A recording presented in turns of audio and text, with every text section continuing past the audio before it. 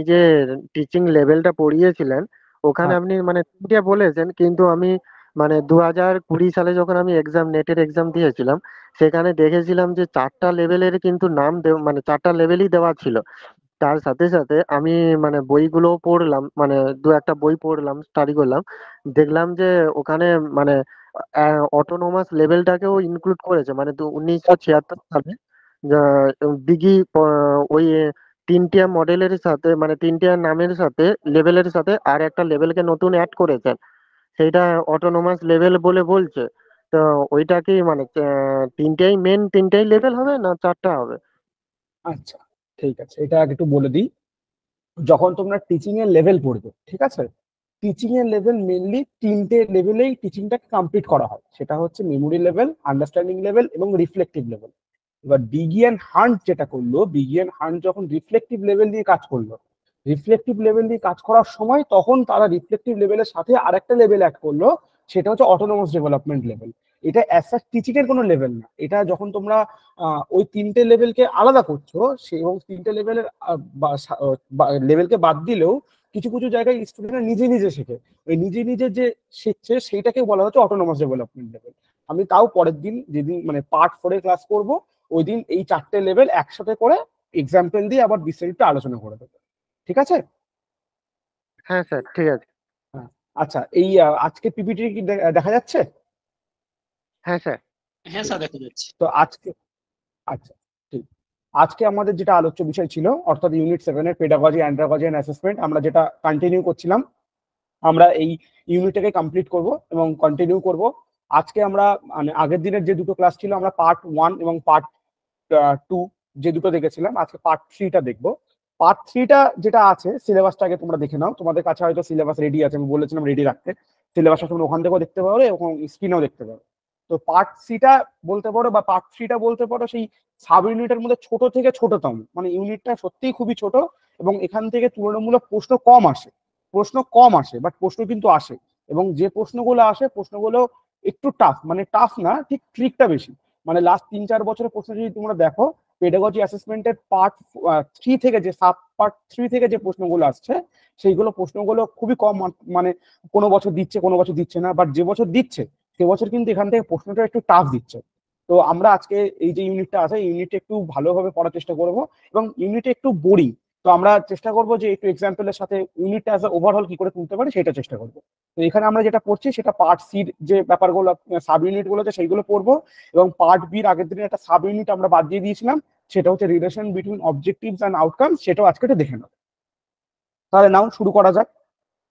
প্রথমে আমাদের যে প্রথম যে কনসেপ্টটা আছে বা প্রথম যে সাব ইউনিটের প্রথম যে ধারণাটা আছে, সেটা কি? সেটা হচ্ছে assessment in pedagogy of education. এটা হচ্ছে আমাদের প্রথম ধারণা। তো আমরা এখানে যখন এটা আলোচনা করব, আমরা এখানে সবার প্রথমেই দেখতে পাচ্ছি এখানে আলাদা আলাদা দুটো শব্দ আছে। কি কি সেই দুটো শব্দ? একটা আছে অ্যাসেসমেন্ট আর একটা হচ্ছে পেডাগজি। আমরা দুটো শব্দ আলাদা আলাদা করলাম। তাহলে এই assessment in pedagogy of education বলতে কি বলছে, এইটা আমরা দেখি। এখানে আমরা তাহলে দুটো শব্দ পেলাম, একটা অ্যাসেসমেন্ট পেলাম এবং একটা পেডাগজি পেলাম। পেডাগজি আমরা এতদিন ধরে পড়ে আসছি, পেডাগজি কি পেয়েছি? Art and science of teaching, মানে অর্থাৎ পেডাগজি মানে art and science of teaching, এটা আমাদের আমাদের মুখস্থ। এবং অ্যাসেসমেন্ট মানে হচ্ছে মূল্যায়ন, অর্থাৎ আর্ট অ্যান্ড, তাহলে এই যে কম্বাইন করে এই যে কনসেপ্টের মানে হচ্ছে যেটা assessment in pedagogy of education, এর সহজ ভাষার ধারণা হচ্ছে এই যে টিচাররা ক্লাসে পড়াচ্ছেন বা টিচাররা ক্লাসে স্টুডেন্টদেরকে শেখাচ্ছেন, সেই পড়ানোটা কতটা এফেক্টিভ হচ্ছে সেইটা যে অ্যাসেসমেন্ট করা, সেটাই হচ্ছে assessment in pedagogy of education. দেখো এখানে বড় বড় করে লেখা আছে, assessment in pedagogy of education refers to the process of evaluating students learning and understanding the measure how well they have grasped the concept being taught। অর্থাৎ আমরা ক্লাসে যখন পড়াচ্ছি, সেই পড়ানো যে ধারণাটা বা টিচারের, শিক্ষক যখন ক্লাস করাচ্ছেন, সেই ক্লাসটা স্টুডেন্টদের ক্ষেত্রে কতটা এফেক্টিভ হচ্ছে, বা স্টুডেন্টরা সেই পড়ানোটা কতটা বেনিফিটেড হচ্ছে, শিখতে পারছে কিনা, না শিখতে পারলে টিচারের নিশ্চয়ই পড়ানোর ধরনটা চেঞ্জ করতে হবে। এই যে ধারণাটা, এই ধারণাটাকেই বলছি আমরা এডুকেশনের ভাষায় assessment in pedagogy of education. তাহলে আমরা বুঝলাম অ্যাসেসমেন্ট ইন পেডাগজি অফ এডুকেশনের ধারণাটা কি। তাহলে বলো তো, ক্লাসের সব থেকে ইজিয়েস্ট, মানে আমরা ছোট থেকে আজ অব্দি যে পড়াশোনা করেছি, এই টিচার পড়াচ্ছেন কিনা বা টিচার ভালো পড়াচ্ছেন কিনা, এইটা সব থেকে ইজি অ্যাক্সেসিবল ভাবে জানি কিসের মাধ্যমে, একটু আমাকে বলো। ফিডব্যাকের মাধ্যমে। এক্স্যাক্টলি, এটা একদম মানে এক্স্যাক্টলি কথা বলেছো, যে এইটা আমরা যুগে যুগে কি করে আসছি, এই টিচার ক্লাসে ভালো পড়াচ্ছেন কিনা বা টিচারের কোনো জায়গায় ইমপ্রুভ করতে হবে কিনা পড়ানোর মধ্যে, এইটা আমরা কি বিষয়ের মাধ্যমে জানবো, এটা আমরা ফিডব্যাকের মাধ্যমে জানবো। এইটা আমরা এটা ট্রাডিশনাল মেথড বলতে পারি, এইটাই হচ্ছে একমাত্র সবচেয়ে কার্যকরী প্রক্রিয়া বা পদ্ধতি যেটা আমরা ফলো করে আসছি। তাহলে অ্যাসেসমেন্ট অফ পেডাগজি এডুকেশন এটা বুঝলাম, এবং সেই অ্যাসেসমেন্টটা কি করে করব, এটা করা সবথেকে গুরুত্বপূর্ণ যে পদ্ধতিটা আমরা দেখলাম সেটা হচ্ছে ফিডব্যাক প্রক্রিয়া। তাহলে সেই ফিডব্যাক প্রক্রিয়া সম্বন্ধে তোমরা জানো, এটা একটা প্রক্রিয়া যেখানে কি করা হয়, যেখানে টিচার স্টুডেন্টদের কাছে কিছু জিজ্ঞেস করেন এবং স্টুডেন্টরা টিচারকে সেই সম্বন্ধে উত্তরটা দেন। এখানে লেখা আছে teacher use to provide information of students about their performance. তো এইটা একটা মেকানিজম, এটা হেল্প করে কি, এটা হেল্প করে স্টুডেন্টরা কোন জায়গায় বুঝতে পেরেছে সেটা জানা, বা স্টুডেন্টরা কোন জায়গায় ভুল ত্রুটি বা দুর্বলতা আছে সেটাকে আইডেন্টিফাই করা, এবং টিচারের কোন জায়গায় ইমপ্রুভ করতে হবে সেইটাকে একটা সুন্দর করে বোঝা। এই এই এই জিনিসটা হচ্ছে ফিডব্যাক ডিভাইসের কাজ। তো আমরা আমাদের পড়াশোনার ক্ষেত্রে বিভিন্ন ফিডব্যাক প্রক্রিয়ার মাধ্যমে এইটাকে এনহ্যান্স করি, বাট মেনলি আমরা তিন ধরনের ফিডব্যাক ডিভাইস টিচিং এর ক্ষেত্রে ইউজ করি। বাট এর এর নির্দিষ্ট কোনো প্রক্রিয়া হয় না, এর মাল্টিপল বহু ফিডব্যাক ধরন আছে। বাট যে তিনটে আমরা আলোচনা করতে পারি সেই তিনটে হচ্ছে oral feedback, written feedback and self assessment feedback. এই তিনটে ফিডব্যাক কি আমরা একটু দেখি। ওরাল ফিডব্যাক মানে যেটা আমরা একদম ইজি ভাবে বলতে পারি যে ক্লাসে আমি আসলাম এবং আমি জিজ্ঞেস করলাম, আচ্ছা বলো তো যে তুমি আমি যে তোমাদেরকে পড়ালাম এই পড়িয়ে তোমরা কি করে বুঝতে পেরেছো, বা আমার কোন জায়গায় আমার আমার পড়ানোর মধ্যে একটু চেঞ্জ করতে হবে। তোমরা ডিরেক্ট ভাবে ওরালি ভাবে ভাই ওরালি আমাকে বললে যে স্যার আপনার এইটা এইটা এইটা এইটা আমরা বুঝতে পারছি না, এইটা এইটা একটু চেঞ্জ করতে হবে। এটা ওরাল ফিডব্যাক হয়ে গেল। রিটেন ফিডব্যাক কি, রিটেন ফিডব্যাক হচ্ছে এটাও বিভিন্ন বিভিন্ন ইনস্টিটিউশনে তোমরা যখন যাও দেখবে ওখানে একটা চার্ট মতো চেকলিস্ট মতো দেয়, যেখানে একটা রিটেন ফিডব্যাক নেয়, বা বিভিন্ন শপিং মল থেকে শপিং করলে, ফ্লিপকার্ট থেকে কিছু কিনলে একটা রিটেন স্লিপ মতো আসে, সেখানে তোমাদের রিটেন করে তোমরা একটা ফিডব্যাক দাও যে আমাদের এই অর্গানাইজেশনে এই জিনিসগুলো ভালো লেগেছে এবং এই জিনিসগুলো ভালো লাগেনি, এগুলো চেঞ্জ করতে হবে। তো এইটা হচ্ছে রিটেন ফিডব্যাক। আর একটা হচ্ছে সেলফ অ্যাসেসমেন্ট ফিডব্যাক, যেটা টিচার নিজে থেকে করতে পারেন, স্টুডেন্ট নিজে থেকে করতে পারেন। ধরো আমি তোমাদের কাছে পড়ালাম এবং আজকে পড়ি আমি নিজে থেকেই নিজেকে অ্যাসেসমেন্ট করছি যে আমি আজকে পড়ালাম, আমি কি করে পড়ালে আমার স্টুডেন্টরা আরো ভালোভাবে কনসেপ্ট গুলোকে বুঝতে পারবে। তার জন্য যে নিজে থেকে নিজেকে ইন্ট্রোস্পেক্ট করে যে অ্যাসেসমেন্ট করা, সেটাকে বলা হয় সেলফ অ্যাসেসমেন্ট ফিডব্যাক। এইগুলো বেশি কিছু পড়ার নেই, আমরা জাস্ট আজকে কনসেপ্ট গুলো ওভারঅল পড়বো। কারণ আজকের এই যে ইউনিটগুলো একদম ইজি, তোমরা ছোট থেকে পড়েই আসছো আর তোমরা এত বড় হয়ে গেছো, তো আমরা বেশি টাইম নষ্ট না করে জাস্ট কনসেপ্ট গুলো কি এরিয়াগুলো দেখবো এবং কি এরিয়াগুলো আলোচনা করে নেবো। তাহলে আমরা এই দুটো কনসেপ্ট দেখলাম। আচ্ছা, এবার আসি টাইপস অফ ফিডব্যাক ডিভাইসে। প্রথমেই বললাম ফিডব্যাক ডিভাইসের নির্দিষ্ট কোনো টাইপস নেই, এর শত শত আছে। তো কিছু যেগুলো থেকে প্রশ্ন আসে আমি সেগুলোকে এক জায়গায় করার চেষ্টা করেছি। মোটামুটি লাস্ট 3-4 বছরে যেগুলো দেখলাম তার মধ্যে থেকে এসছে checklist, rubrics, portfolio, peer feedback. এইগুলো ধরনের একটা আলোচনা করে নিই। তো এইগুলো checklist, rubrics, portfolio, peer feedback, এগুলো সমস্ত আমরা আলাদা আলাদা করে পরবর্তীকালে স্লাইডে আলোচনা করবো। আগে আমরা দেখি। আচ্ছা, নেক্সট হচ্ছে criteria for effective feedback device. একটা যে ফিডব্যাক মেকানিজম আমি ইউজ করবো, বা একটা যে ফিডব্যাক মেকানিজম টেকনিক আমি পড়াশোনার মধ্যে ইন্ট্রোডিউস করবো, তার কিছু ক্রাইটেরিয়া থাকা প্রয়োজন, যে ক্রাইটেরিয়া গুলো সেই ফিডব্যাক ডিভাইসটাকে এফেক্টিভ করে তুলবে। তার মধ্যে মেন ক্রাইটেরিয়া কি হতে পারে, এটা পেপার ওয়ানে এসেছিল 2022 সালে। পেপার ওয়ানে এখান থেকে এই তিনটে থেকে কম্বাইন করে উত্তর এসেছিল বলে আমি তিনটে কনসেপ্টকে আলাদা করে দিয়েছি। সেটা হচ্ছে ফিডব্যাকের মাস্ট মূল যে ভিত্তিটা থাকা উচিত একটা এফেক্টিভ ফিডব্যাক হিসেবে কাজ করার জন্য, সেটা হচ্ছে ক্লারিটি অ্যান্ড স্পেসিফিসিটি। হ্যাঁ, তো ক্লারিটি কেন থাকা প্রয়োজন, তার কারণটা হচ্ছে ফিডব্যাকটা আমি কি কনটেক্সটের উপরে দিচ্ছি, বা ফিডব্যাকটা অবশ্যই স্পেসিফিক হওয়া উচিত। অর্থাৎ আমি হয়তো তোমাদেরকে পড়াশোনা নিয়ে ফিডব্যাক চাইছি, তোমরা আমাকে একটা অন্য কিছু নিয়ে ফিডব্যাক দিলে, বা তোমরা আমার থেকে একটা পড়াশোনা রিলেটেড বা ইউজিসি নেট রিলেটেড একটা ফিডব্যাক চাইছো, আমি তোমাদের একটা অন্য অ্যাসপেক্টের ফিডব্যাক দিলাম, সেটা তো এফেক্টিভ ফিডব্যাক আমরা বলতে পারবো না। তাই কোন একটা ফিডব্যাক ডিভাইস যখন আমরা আইডেন্টিফাই করব, সেই আইডেন্টিফিকেশনের মধ্যে ক্লারিটি থাকা এবং স্পেসিফিসিটিটা থাকা খুবই প্রয়োজন। এবং নেক্সট কি দেখতে পারি, নেক্সট আমরা দেখতে পারবো রিলেভেন্স টু লার্নিং অবজেক্টিভ। অর্থাৎ আমরা যে পড়াশোনার আমাদের যে মূল লক্ষ্য বা পড়াশোনা করার আমাদের যে মূল অবজেক্টিভ, সেই অবজেক্টিভের সাথে যেন ফিডব্যাকটা অবশ্যই রিলেভেন্স হয়। রিলেভেন্স না হলে কিন্তু ফিডব্যাকটা কখনোই আমরা সেটাকে এফেক্টিভ বলতে পারবো না। এবং এখানে লাস্ট যেটা আমরা দেখছি সেটা হচ্ছে ফোকাস অন ইমপ্রুভমেন্ট। অর্থাৎ ফিডব্যাকের যে মেন ফোকাস বা ফিডব্যাকের যে এরিয়া নিয়ে কাজ করা আমরা সবসময় করি, সেটা হচ্ছে কি, সেটা হচ্ছে গ্রোথ অ্যান্ড ইমপ্রুভমেন্ট। আমরা ফিডব্যাক কি জন্য নিই? আমরা ফিডব্যাক এই জন্যই করি যাতে আমরা নতুন আমরা যে এক্সিস্টিং সিচুয়েশনে আছি সেই এক্সিস্টিং সিচুয়েশন থেকে আমাদেরকে ইমপ্রুভ করতে পারি। এই ইমপ্রুভমেন্ট এবং ইমপ্রুভমেন্টটাকে একটা কোর হিসেবে, ভ্যালু হিসেবে আমরা এফেক্টিভ ফিডব্যাক ডিভাইসের ক্ষেত্রে ধরতে পারি। এবং এখান থেকে প্রশ্নটা কেমন এসে তোমাদেরকে আমি বলে দিই, মানে এখান থেকে তোমরা এই সেম সেম বা মানে এগুলো পাবে এটাও ঠিক না। তোমাদেরকে ফিডব্যাক, এফেক্টিভ ফিডব্যাক ডিভাইস দিয়ে দিল, দিয়ে 6টা বা 7টা অপশনস দিয়ে দেবে। অপশনস দিয়ে বলবে যে A B C D, A B C এরকম। তো তোমরা সবসময় পজিটিভ, এই সমস্ত প্রশ্ন করার ক্ষেত্রে তোমরা সবসময় পজিটিভ যে আনসার গুলো হবে সেই আনসার গুলোকে এক জায়গায় করে উত্তর দেওয়ার চেষ্টা করবে। তাহলে আমরা যেটা 2022-এ যে প্রশ্নটা এসেছিল পেপার 1-এ, সেখান থেকে আমরা কি দেখলাম? ক্লারিটি থাকবে, রিলেভেন্স থাকতে হবে এবং ইমপ্রুভমেন্ট থাকতে হবে। এই তিনটে কম্বাইন করে করলে সেই প্রশ্নটা হয়ে যাচ্ছে। ঠিক আছে, নেক্সট হচ্ছে ইম্পর্টেন্স। ইম্পর্টেন্স কি ফিডব্যাক ডিভাইসে থাকা? তো ইম্পর্টেন্স আমরা আবার সেই একই জিনিস যেটা আমরা দেখছিলাম, প্রথমে ছিল এনহ্যান্স করা, যে আন্ডারস্ট্যান্ডিংটি স্টুডেন্টরা ইউজ করবে পড়াশোনার ক্ষেত্রে বা টিচিং লার্নিং এর ক্ষেত্রে, সেই টিচিং লার্নিং এর ক্ষেত্রে আমাদের যে ধারণাটা সেটা এনহ্যান্স করার জন্য ফিডব্যাকের একটা অবশ্যই গুরুত্বপূর্ণ ভূমিকা আছে। ইমপ্রুভ করা, স্টুডেন্টদের নিজস্ব পারফরমেন্সকে ইমপ্রুভ করার জন্য স্টুডেন্ট ফিডব্যাক ডিভাইসকে ইউজ করতে পারে। তাদের নিজস্ব মোটিভেশন বা এঙ্গেজমেন্ট পড়াশোনার ক্ষেত্রে যেটা, সেই লেভেলটাকে ইনক্রিজ করার জন্য ফিডব্যাকটা অবশ্যই গুরুত্বপূর্ণ। এবং সেলফ রিফ্লেকশন অ্যান্ড গ্রোথ, নিজের কোন জায়গায় ভুল হচ্ছে বা নিজের কোনো জায়গায় প্রবলেম হলে সেইটাকে আইডেন্টিফাই করা এবং নিজের গ্রোথের পিছনে সেটাকে ইউজ করার জন্য ফিডব্যাকের একটা ওভারঅল ভূমিকা আছে। আচ্ছা, তাহলে আমরা এতক্ষণ একটা ফিডব্যাক মেকানিজম আর অ্যাসেসমেন্ট অফ পেডাগজি সম্বন্ধে একটা ওভারঅল ধারণা পড়লাম। এই অবধি সবাই কি বুঝতে পেরেছো?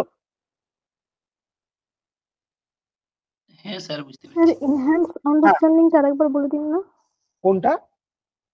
এনহ্যান্স আন্ডারস্ট্যান্ডিং আরেকবার বলে দিন না।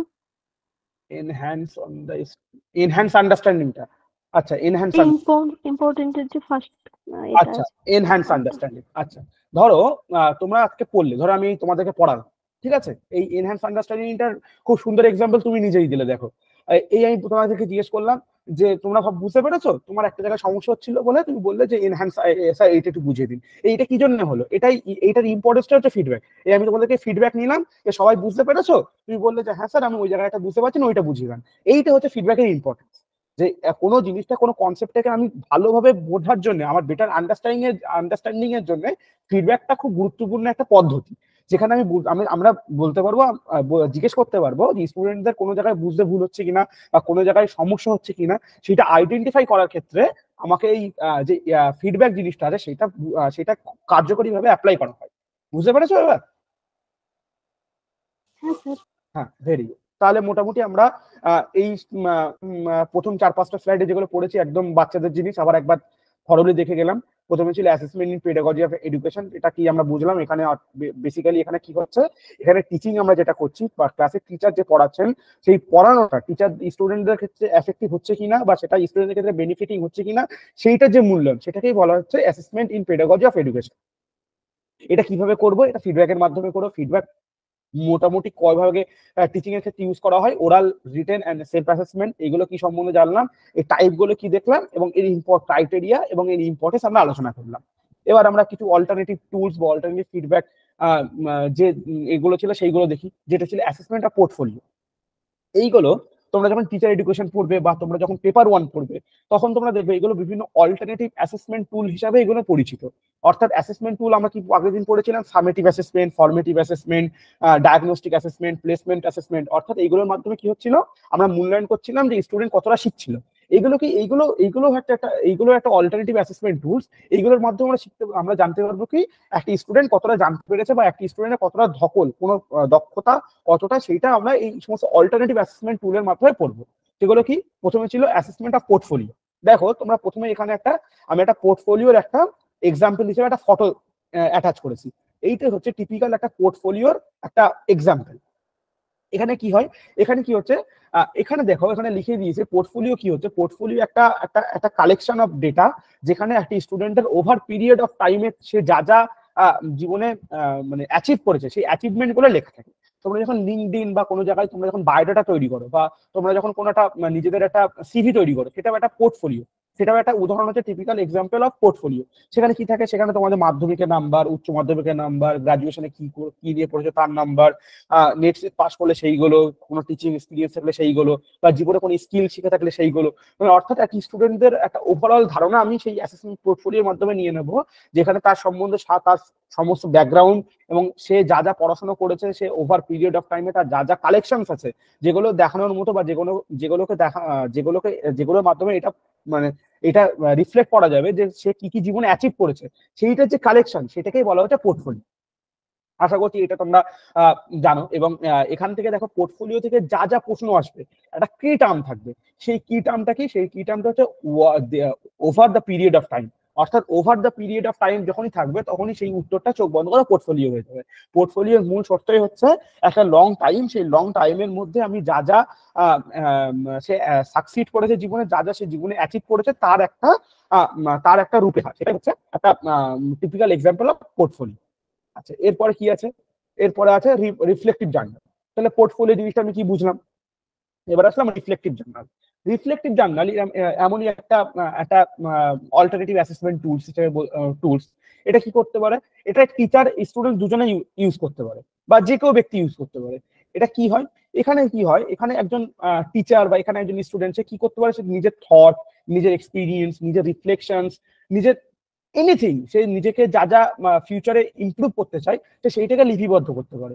অর্থাৎ ধরো তোমরা আজকে পড়তে পড়তে ভাবছো যে তোমরা সবাই যেটা এম করছো যে আমি ইউজিসি নেট জিআরএফ পাস করবো। তো ইউজিসি নেট জিআরএফ পাস করতে গেলে তোমাদের তো একটা থট আছে, তোমাদের একটা এক্সপিরিয়েন্স আছে, যে তোমরা একটা একটা নিজেদেরকে একটা ওয়ে অফ থটের মধ্যে রেখেছো যে আমি এইভাবে পড়াশোনা করবো, ঠিক সকালবেলা 2 ঘন্টা পড়বো, তারপর রেস্ট নেবো, তারপর আমি মক টেস্ট দেবো, তারপর ক্লাস করবো। এই যে নিজের থট বা নিজের এক্সপিরিয়েন্স গুলোকে তুমি এক জায়গায় লিপিবদ্ধ করছো। এবার ক্লাসে এসে তোমরা যে ইম্পর্টেন্ট কি পয়েন্ট গুলো যারা শিখতে পারলে সেগুলো তুমি লিপিবদ্ধ করছো। এগুলো সবই হচ্ছে একটা typical example of reflective journal. অর্থাৎ পড়াশোনার মধ্যে বা পড়াশোনা কোনো দক্ষতাকে এনহ্যান্স করার জন্য স্টুডেন্ট যা যা লিপিবদ্ধ করে নিজেকে এক জায়গায় লিপিবদ্ধ করে রাখতে পারে, সেটা তাকে ইমপ্রুভমেন্ট করার জন্য, সেটাই হচ্ছে রিফ্লেকটিভ জার্নাল। এবার রিফ্লেকটিভ জার্নালের কি ফিচার্স, প্রচুর কি ফিচার্স আছে। কিছু কি ফিচার্স আমরা এখানে আলোচনা করছি, সেটা হচ্ছে সেলফ রিফ্লেকশন।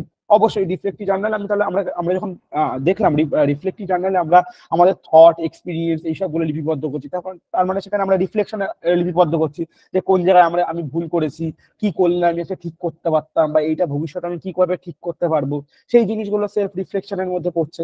পার্সোনাল ইনসাইট, অর্থাৎ ব্যক্তির ফিলিংস, তার থটস, সেই সবগুলো পার্সোনাল ইনসাইটস গুলো আমি রিফ্লেকটিভ জার্নালের মধ্যে লিপিবদ্ধ করতে পারবো। লার্নিং প্রোগ্রেস, আমি আমার লার্নিং প্রোগ্রেসটা ট্র্যাক করতে পারছি, যে আমি আজকে ক্লাসে আমি এমন ছিলাম, আমি তারপরে রিফ্লেকটিভ জার্নালে আমি পরের দিনের ক্লাসে কি করলে ভালোভাবে বেটার পারফর্ম করতে হবে সেটা লিপিবদ্ধ করলাম, সেটা প্র্যাকটিস করলাম, এবং পরবর্তীকালে পরের দিন ক্লাসে সেটা আমি অ্যাপ্লাই করলাম। তাহলে আমার লার্নিং প্রোগ্রেসটা এর মধ্যে চলে আসছে। ক্রিটিক্যাল থিঙ্কিংটা ডেভেলপ হচ্ছে, আমাকে ফোস্টার করছে আমাকে কোনো কিছু ডিপার আন্ডারস্ট্যান্ডিং ক্লিয়ার করার জন্য। তো এইগুলো সবই হচ্ছে রিফ্লেকটিভ জার্নালের একটা ফিচার্স। তাহলে আমরা অল্টারনেটিভ অ্যাসেসমেন্টের মধ্যে দুটো টুল আপাতত শিখলাম, একটা পোর্টফোলিও আর একটা হচ্ছে রিফ্লেকটিভ জার্নাল। এইগুলো মোটামুটি দুটো আপাতত বোঝা গেছে। হ্যাঁ sir. Sir reflective Very good. জার্নালটা একটু বুঝতে পারলাম না। আচ্ছা, তাহলে রিফ্লেকটিভ জার্নাল কি? রিফ্লেকটিভ জার্নাল আমরা আবার বলছি, রিফ্লেকটিভ জার্নাল ধরো তুমি ক্লাসে আছো, ঠিক আছে। আচ্ছা, রিফ্লেকটিভ জার্নালের ধরনটাকে পড়ি, তারপর আমরা এর সম্বন্ধে এগোচ্ছি। রিফ্লেকটিভ জার্নাল, দেখো রিফ্লেকটিভ জার্নাল 3 ধরনের হয়। একটা হচ্ছে রিফ্লেকশন ফর অ্যাকশন, একটা হচ্ছে রিফ্লেকশন ইন অ্যাকশন, আর একটা হচ্ছে রিফ্লেকশন অন অ্যাকশন। রিফ্লেকশন মানে আমরা কি বুঝলাম, রিফ্লেকটিভ জার্নাল মানে কি বুঝলাম, একটা জার্নাল বা একটা লিপিবদ্ধ করার জায়গা যেখানে আমরা নিজেদের থট, নিজের এক্সপিরিয়েন্স বা নিজের প্ল্যানিং আমরা সেই জায়গায় লিপিবদ্ধ করে রাখতে পারবো। তুমি একটা তুমি ধরো প্রথম এয়ারপোর্টে গেলে, এবং সেই এয়ারপোর্টে গিয়ে তুমি একটা নতুন এক্সপিরিয়েন্স পেলে, তুমি একটা দেখলে যে তার ভিতরে, এয়ারপোর্টের ভিতরে মহলটা একটা অন্যরকম, তো সেটা তোমার একটা আলাদা একটা নতুন এক্সপিরিয়েন্স হলো। তো তুমি সেটা একটা ডায়েরিতে লিখলে যে আমি আজকে তারিখে এই তারিখে আমি কলকাতা বিমানবন্দরে গেছিলাম, এবং এই বিমানবন্দরের ভিতরে অ্যাটমসফিয়ারটা এমন ছিল। বা কোনো একটা মিউজিয়ামে গেলে, সেই মিউজিয়ামে একটা আলাদা তুমি একটা এক্সপিরিয়েন্স গ্যাদার করলে, সেই এক্সপিরিয়েন্সটা তুমি তোমার জার্নালে লিখলে। লিখলে কি হলো, তুমি সেই জিনিসটা লিপিবদ্ধ করে রাখলে যে আমি এক জায়গায় গেছিলাম, সেই জায়গা থেকে আমি কিছু ইনসাইট পেয়েছি বা কিছু শিখতে পেরেছি, সেই শেখাটা সেই চিন্তাটা আমি এই জায়গায় লিপিবদ্ধ করে রাখতে পারলাম, বা কিছু প্ল্যানিং সেটা লিপিবদ্ধ করে রাখতে পারলাম। এটা কয় ধরনের হয়? এটা 3 ধরনের হয়। একটা হচ্ছে রিফ্লেকশন ফর অ্যাকশন, একটা রিফ্লেকশন ইন অ্যাকশন, আর একটা রিফ্লেকশন অন অ্যাকশন। এটা টিচার এডুকেশনের মধ্যেই পারবে। টিচার এডুকেশনে রিফ্লেকশন অ্যাকশনকে খুব ভালোভাবে গুরুত্ব দেওয়া হয়। তোমরা টিচিং এডুকেশন যখন পড়েছো তখন তখন তোমরা দেখবে তোমরা টিচিং এর 3টে স্টেজ পেয়েছো, প্রি টিচিং, একটা হচ্ছে টিচিং, আর একটা হচ্ছে পোস্ট টিচিং। তো এইটা এর সাথে একদম সিমিলার ভাবে যাচ্ছে। রিফ্লেকশন ফর অ্যাকশন কি? যখন আমি কোনো কিছু রিফ্লেক্ট করব ফর ফিউচার অ্যাকশনের ক্ষেত্রে, যদি সেই আমার রিফ্লেকশনটা ফিউচার অ্যাকশনের ক্ষেত্রে রিলেটেড হয়, সেটা হচ্ছে রিফ্লেকশন ফর অ্যাকশন। যেমন ধরো আমি উদাহরণ দিই, ধরো আজকে আমি তোমাদের পড়াবো, আজকে তোমাদের ক্লাস, তো তোমাদের এই ক্লাসটা করার আগে আমি নিশ্চয়ই তার কালকে কালকে আমি সারাদিন একটা নিজে থেকে পড়াশোনা করেছি, এই পিপিটিটা বানিয়েছি, এবং আমি এটা প্ল্যান করেছি যে আমি আজকে ক্লাসে এসে আমি এইভাবে এইভাবে এদেরকে পড়াবো। তো এই যে কালকে যে থটটা ছিল ফিউচার অ্যাকশনের জন্য, সেই কালকে সেই থটটা হচ্ছে কিসের উদাহরণ গেল? রিফ্লেকশন ফর অ্যাকশনের উদাহরণ গেল। এটা রিফ্লেকশন ফর অ্যাকশনের উদাহরণ চলে গেল। তাহলে আমি বুঝলাম যেটা কি হয়, যেটা ফিউচার অ্যাকশনকে প্রেডিক্ট করার জন্য, যেটা ফোকাস করার জন্য আমি যে রিফ্লেকশন করি, সেটা হয়ে গেল রিফ্লেকশন ফর অ্যাকশন। তো কালকে আমি পিপিটি তৈরি করে ফেললাম, আমরা প্ল্যানিং করে ফেললাম যে আমি তোমাদেরকে এইভাবে পড়াবো, তো রিফ্লেকশন ফর অ্যাকশন হয়ে গেল। এবার আসলাম রিফ্লেকশন ইন অ্যাকশন, অর্থাৎ আজকে আমি তোমাদের ক্লাসে পড়াচ্ছি, তো আমি কালকে যা যা ভেবেছিলাম, যেভাবে যেভাবে আমি তোমাদেরকে বলেছিলাম যে আমি এইভাবে এইভাবে ওদের পড়াবো, এইভাবে স্টেজের মাধ্যমে আমি উদাহরণ দেবো, তো এইটা আমি কালকে রিফ্লেকশন ফর অ্যাকশনে ভেবেছিলাম, আজকে তোমাদের ক্লাসে আমি সেটাকে অ্যাপ্লাই করছি ডিউরিং টিচিং এর ক্ষেত্রে। এই ডিউরিং টিচিং এর ক্ষেত্রে আমি যেটা অ্যাপ্লাই করছি সেটা হচ্ছে রিফ্লেকশন ইন অ্যাকশন, অর্থাৎ যেটা ডিউরিং টিচিং এর ক্ষেত্রে আমি লাইভ, আমি তোমাদের সামনে সেই আমার প্ল্যানিংটা এক্সিকিউট করছি, সেটা হয়ে গেল রিফ্লেকশন ইন অ্যাকশন। আর একটা হলো কি রিফ্লেকশন অন অ্যাকশন, এটা কি হচ্ছে, এটা ফিউচার টেন্সে হবে, অর্থাৎ তোমাদের পড়ানো হয়ে গেলে, আমি আজকে পড়ানো কমপ্লিট হয়ে গেলে, আমি যখন নিজে একান্তে ভাববো যে আমি আজকে ক্লাসে পড়ালাম, পড়ানোর সময় কিছু স্টুডেন্টের এক জায়গায় অসুবিধা হলো, কিছু স্টুডেন্টের অন্য জায়গায় অসুবিধা হলো, বা কিছু স্টুডেন্টের এক জায়গায় প্রশ্ন করতে সমস্যা হলো, তো কি করলে আমি কালকে আরো বেটার ভাবে তাদের সামনে পড়ানো বা যে পড়ানোর যে হোল পিপিটিটা, সেটা আরো কিভাবে সুন্দর করে প্রেজেন্ট করতে পারি, যেটা ভবিষ্যতে তাদের পড়ার ক্ষেত্রে আরো বেশি সুবিধা দেবে। তো সেই যে আজকে পড়ানোর পর, আজকে পড়ানোর জন্য, আজকে পড়ানোর পরে যে আমি আজকে পড়ানোর নিয়ে যে রিফ্লেকশনটা করব, সেটা হয়ে গেল কি রিফ্লেকশন অন অ্যাকশনের উদাহরণ। তাহলে এই অবধি কি তোমরা বুঝতে পারলে রিফ্লেকশন জার্নালটা কি? হ্যাঁ স্যার, বুঝতে পেরেছি। হ্যাঁ স্যার। হ্যাঁ, টিচার এডুকেশনে কিন্তু এই নিয়ে প্রশ্ন এসেছিল যে প্রি টিচিং মানে ম্যাচ দ্য ফলোইং ছিল, একদম ইজি ছিল, ম্যাচ দ্য ফলোইং ছিল। ম্যাচ দ্য ফলোইং এর মানে কলাম 1 এর মধ্যে দিয়েছিল pre teaching, teaching and post teaching, আর কলাম 2 এর মধ্যে দিয়েছিল reflection for action, reflection in action, আর রিফ্লেকশন অন অ্যাকশন। কারণ তোমরা বুঝতেই পারছো প্রি টিচিং এর সাথে চলে যাচ্ছে রিফ্লেকশন ফর অ্যাকশন, টিচিং এর ক্ষেত্রে চলে যাচ্ছে রিফ্লেকশন ইন অ্যাকশন, আর পোস্ট টিচিং এর ক্ষেত্রে চলে যাচ্ছে রিফ্লেকশন অন অ্যাকশন। তো এইটা এইভাবেই ম্যাচ করতে হবে, তো এইভাবে এই প্রশ্নগুলো করতে হবে। আচ্ছা, নেক্সট কি? নেক্সট হচ্ছে একটা রুব্রিক্স, মানে রুব্রিক্স বা এটাও একটা অল্টারনেটিভ অ্যাসেসমেন্ট টুলের না। রুব্রিক্স কি? রুব্রিক্স হচ্ছে একটা স্কোরিং গাইড বা একটা চার্ট বলতে পারো, যে যেটা ইউজ করবে কিভাবে, যেটা ইউজ করবে টিচার ক্লাসে কিভাবে রেট করবেন, বা কিভাবে গ্রেড দেবেন, বা কিভাবে নাম্বার করবেন, তার একটা পটভূমি তৈরি করবেন।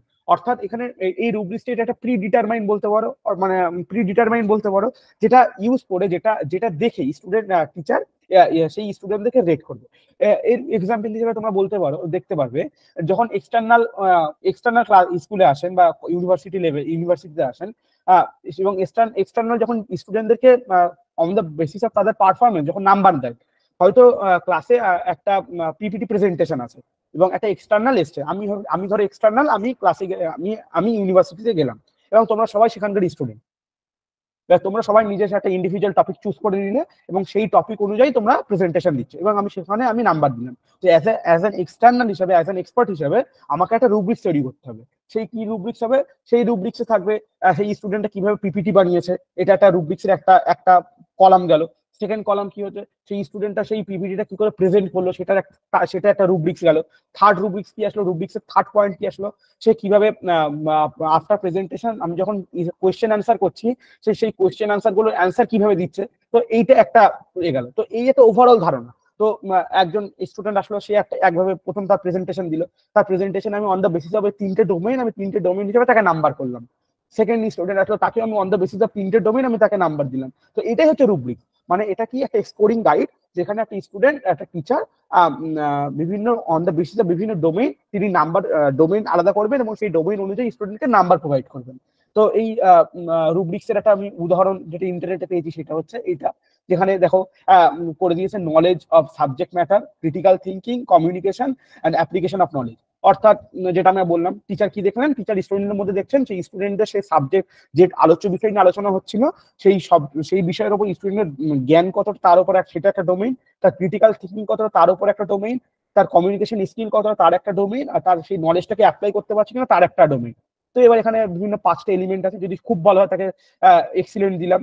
হয়তো দেখলাম স্টুডেন্টদের ক্রিটিক্যাল থিঙ্কিং খুব ভালো আর কমিউনিকেশন স্কিল খুব খারাপ, তাহলে ক্রিটিক্যাল থিঙ্কিং এ সে এক্সিলেন্ট পেলো এবং কমিউনিকেশনে সে পুয়ার পেলো। তো এইভাবে রুব্রিক্সটা তৈরি হয়। তো আশা করলাম তোমরা রুব্রিক্স বুঝতে পেরেছো। এবার রুব্রিক্স তাহলে ক্রাইটেরিয়া মানে কি পার্টস, তাহলে রুব্রিক্স আমরা কি দেখলাম, এবং রুব্রিক্স তাহলে প্রথমে কি আছে, কিছু ক্রাইটেরিয়া আছে, অর্থাৎ এই যে ডোমেইন যে ক্রাইটেরিয়া গুলো আমরা ভাগ করলাম, এই যে knowledge of the subject matter, critical thinking, communication, application of knowledge, এইগুলো হচ্ছে ক্রাইটেরিয়া। অর্থাৎ যখনই আমি একটা রুব্রিক সেট করব, আমাকে আগে ক্রাইটেরিয়া সেট করতে হবে যে কোন ডোমেইন বা কোন ক্রাইটেরিয়া নিয়ে আমি স্টুডেন্টদেরকে নাম্বার দেবো বা স্টুডেন্টদেরকে মার্ক করবো। তো তোমরা যখন একটা রুব্রিক তৈরি করবে, সেই রুব্রিকের তোমাদেরকে আগে থেকে কি করতে হবে, কিছু ক্রাইটেরিয়া যেটা এখানে যেরকম 4টে ক্রাইটেরিয়া সেট করা আছে, এরকম 4টে বা তার বেশি ক্রাইটেরিয়া তোমাদেরকে প্রথমে সেট করে নিতে হবে।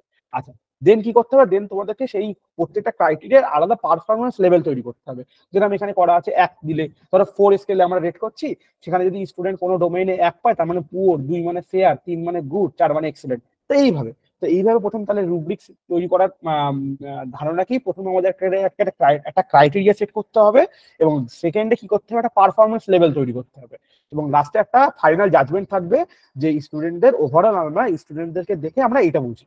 আচ্ছা, এইটা কিরকম ভাবে প্রশ্ন এসেছিল, এইটা 2023 সালে সম্ভবত পেপার 2 এর আমার একটা প্রশ্ন এসেছিল, কলাম করে মানে স্টেটমেন্ট 1 দিয়েছিল ক্রাইটেরিয়া রিলেটেড আর স্টেটমেন্ট 2 দিয়েছিল পারফরমেন্স রিলেটেড।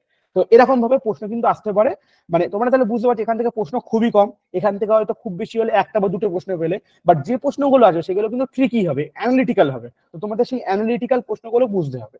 তো তাহলে আমরা রুব্রিক্স কি বুঝলাম, রুব্রিক্স এর ধারণা বুঝলাম, যেখানে রুব্রিক্স হচ্ছে একটা স্কোরিং গাইড, যেটা দেখি টিচার কোন স্টুডেন্টকে রেট করবে, এবং যার ক্রাইটেরিয়া থাকবে, যে ক্রাইটেরিয়া প্রথমে মূল শর্ত হচ্ছে ক্রাইটেরিয়া থাকা প্রয়োজন, এবং যার পারফরমেন্স লেভেল পারফরমেন্স ইন্ডিকেটর থাকা প্রয়োজন। তো এই রুব্রিক্স কয় ধরনের হয়, এই রুব্রিক্স আমরা দেখলাম 2 ধরনের হয়, একটা হচ্ছে অ্যানালিটিক্যাল রুব্রিক্স আর একটা হচ্ছে হোলিস্টিক রুব্রিক্স। অ্যানালিটিক্যাল রুব্রিক্স কি, যেটা আমরা বললাম, অ্যানালিটিক্যাল রুব্রিক্স তোমরা নামে বুঝতে পারছি অ্যানালিসিস শব্দটা আসছে, অর্থাৎ যেখানে আমি নাম্বার স্টুডেন্টদেরকে on the basis of analytical দেবো, অর্থাৎ আমি বিভিন্ন স্টুডেন্টদেরকে প্রথমেই বিভিন্ন ডাইমেনশনে ভাগ করলাম। অর্থাৎ আমরা যেটা উদাহরণ দিয়েছিলাম, যে একটা স্টুডেন্ট পিপিটি প্রেজেন্টেশন দিচ্ছে, আমরা প্রথমে কিছু ক্রাইটেরিয়া ভাগ করে নিলাম, যে সেই স্টুডেন্টটা পিপিটি বানিয়েছে কতটা, কিভাবে পিপিটিটা সুন্দর কিনা, সেটাকে 1 থেকে 4-এর মধ্যে রেট করলাম।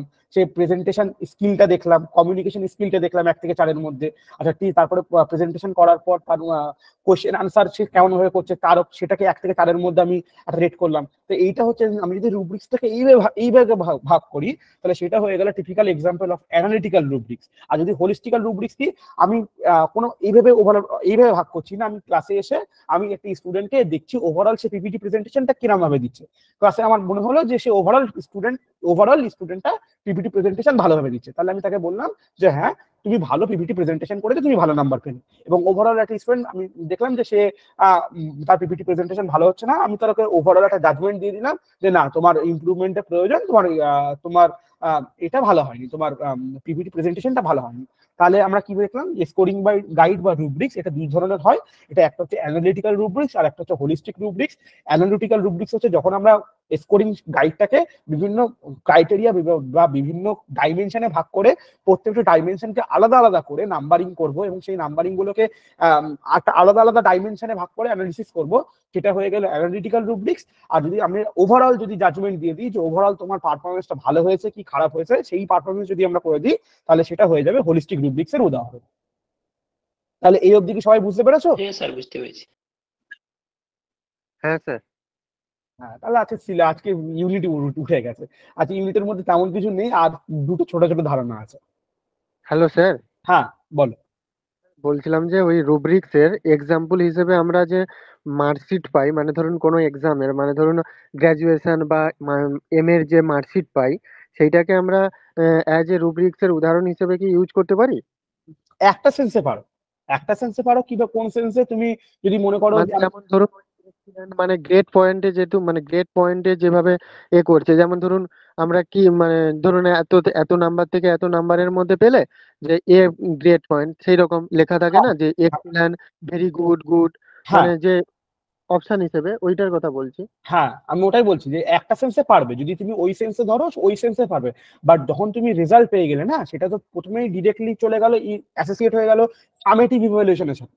তো আমরা এগুলো তো বেসিক্যালি অল্টারনেটিভ অ্যাসেসমেন্ট টুলস। ওটা তো সেই ডিরেক্ট অ্যাসেসমেন্ট টুলস এর একটা উদাহরণ হয়েই গেল। তুমি যখন একটা ফাইনাল রেজাল্ট হাতে পেয়ে গেলে, সেটা একটা টিপিক্যাল এক্সাম্পল কার সাথে অ্যাসোসিয়েট হলো, একটা সামেটিভ ইভ্যালুয়েশনের একটা সাথে সরাসরি ভাবে অ্যাসেসমেন্ট হয়ে যাচ্ছে। তো যদি ওইভাবে ভাবো তখন ওটা সামেটিভ অ্যাসেসমেন্টের সাথে চলে যাবে। এইগুলো যেখানে তুমি সামেটিভ অ্যাসেসমেন্ট বা ফর্মেটিভ অ্যাসেসমেন্ট বা ডায়াগনস্টিক অ্যাসেসমেন্ট করতে পারবে না, সেখানে তোমার এই অল্টারনেটিভ অ্যাসেসমেন্ট গুলো কার্যকরী। তো এইগুলো ডিরেক্টলি ভাবে এর সাথে, মানে যেখানে আমি সামেটিভ অ্যাসেসমেন্ট বা ফর্মেটিভ অ্যাসেসমেন্ট করতে পারবো না, ধরো ক্লাসে ক্লাসে যেরকম একজন এক্সটার্নাল আসলে তিনি ওভারঅল দেখেন জিনিসটা, তিনি তখন ক্লাসে সামেটিভ অ্যাসেসমেন্ট বা ফর্মেটিভ অ্যাসেসমেন্ট নিতে পারেন না, তিনি একটা ওভারঅল দেখে ওভারঅল একটা জাজমেন্ট দেন। তো এই এর ক্ষেত্রে এটা সরাসরি ভাবে অ্যাসোসিয়েট হবে। বাট যেটা বললে ওর সাথে করা যাবে কিনা, অবশ্যই করা যাবে। তাহলে মোটামুটি আমরা এই অবধি দেখলাম। আচ্ছা, এবার আমাদের দুটো ছোট ছোট ধারণা আছে, একটা যে কম্পিটেন্সি বেসড ইভালুয়েশন। আচ্ছা, কম্পিটেন্সি মানে কি? কম্পিটেন্সি মানে হচ্ছে ক্ষমতা, অর্থাৎ আমাদের যে যে ক্ষমতা বা দক্ষতা, সেই দক্ষতার ইভালুয়েশন। এইটা সরাসরি অ্যাসোসিয়েট কার সাথে? তোমরা ব্লুমস টেক্সোনমিতে 3টে ডোমেইন পেরেছিলে। সেই 3টে ডোমেইনের মধ্যে একটা ডোমেইন ছিল কি সাইকোমোটর ডোমেইন, অর্থাৎ যেখানে দক্ষতার বিকাশ করা হয়। সেই দক্ষতার বিকাশ যে স্টেজটা, দক্ষতা মূলক যে কাজগুলো ছিল, তার যে ইভালুয়েশন, সেই ইভালুয়েশন আমরা সেই ইভালুয়েশনকে আমরা কি বলবো? Competency based evaluation. অর্থাৎ যে ইভালুয়েশনের মূল থাকবে, সে সেই দক্ষতা, স্টুডেন্ট সেই দক্ষতাটা কতটা শিখতে পেরেছে বা কতটা জানতে পেরেছে, সেইটা সেইটা যাচাই করা। অর্থাৎ ধরো একটা স্টুডেন্টকে আমি সাঁতার শেখালাম, সেই সাঁতার ক্লাসে আমি তাকে প্র্যাকটিস করালাম, এবং সেই সাঁতারটাকে তো আমি তার ক্লাসে পেন পেপারের মাধ্যমে নিতে পারবো না, ইভালুয়েট করতে পারবো না। আমি কি করতে, আমাকে তাকে সেই সাঁতারটা দেখাতে হলে কি করতে হবে? আমাকে তার সেই সাঁতারটা দেখাতে হলে তাকে সেই সরাসরি বলতে হবে, তুমি সুইমিং পুল বা পুকুর বা সমুদ্র বা নদী যেখানে হোক, তুমি নাবো, নেবে সাঁতারটা কেটে দেখাও। তো এইটা হচ্ছে কম্পিটেন্সি বেসড ইভালুয়েশন একটা সুন্দর উদাহরণ, যেখানে আমরা কি করছি, যেখানে আমাদের মূল্যায়নের মূল উদ্দেশ্য হচ্ছে সেই দক্ষতাটা, সেই স্টুডেন্টটা সেই দক্ষতাটা কতটা ভালোভাবে অ্যাপ্লাই করতে পারছে বা কতটা ভালোভাবে শিখতে পারছে। দেখো ওখানে লেখা আছে, it's shift the emphasis of from traditional test and quizzes to real world applications and problem solving। অর্থাৎ আমরা এখানে কি করছি, আমরা ট্র্যাডিশনাল যে টেস্ট এন্ড কুইজেস এর মাধ্যমে আমরা যে ইভালুয়েশন নিচ্ছিলাম, সেখান থেকে সরে এসে আমরা সেই জ্ঞানটাকে অ্যাপ্লাই করতে পারছি কিনা, কোনো সমস্যা সমাধানের ক্ষেত্রে ইউজ করতে পারছি কিনা, সেই ক্ষেত্রে আসছি। বর্তমানে এই কম্পিটেন্সি বেসড ইভালুয়েশনের উপর খুব ভালো, মানে খুব বেশি ভাবে গুরুত্ব দেওয়া হচ্ছে। তোমরা বলো তো, এই কম্পিটেন্সি বেসড ইভালুয়েশনের ধারণা আমাদের এডুকেশন সিস্টেমে লাস্ট কবে এসছে, মানে অ্যাপ্লাই করার কথা বলা হয়েছে?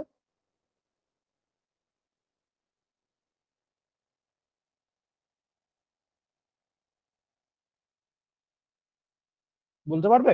না স্যার, জানা নেই। তোমরা সিসি নাম শুনেছো? হ্যাঁ, ওটা আমাদের ওই এতে থাকে, আপনার Comprehensive মার্কশিটে থাকে। evaluation। এক্স্যাক্টলি, সিসি যেটা Continuous and সিবিএসসি comprehensive দিয়েছে, evaluation.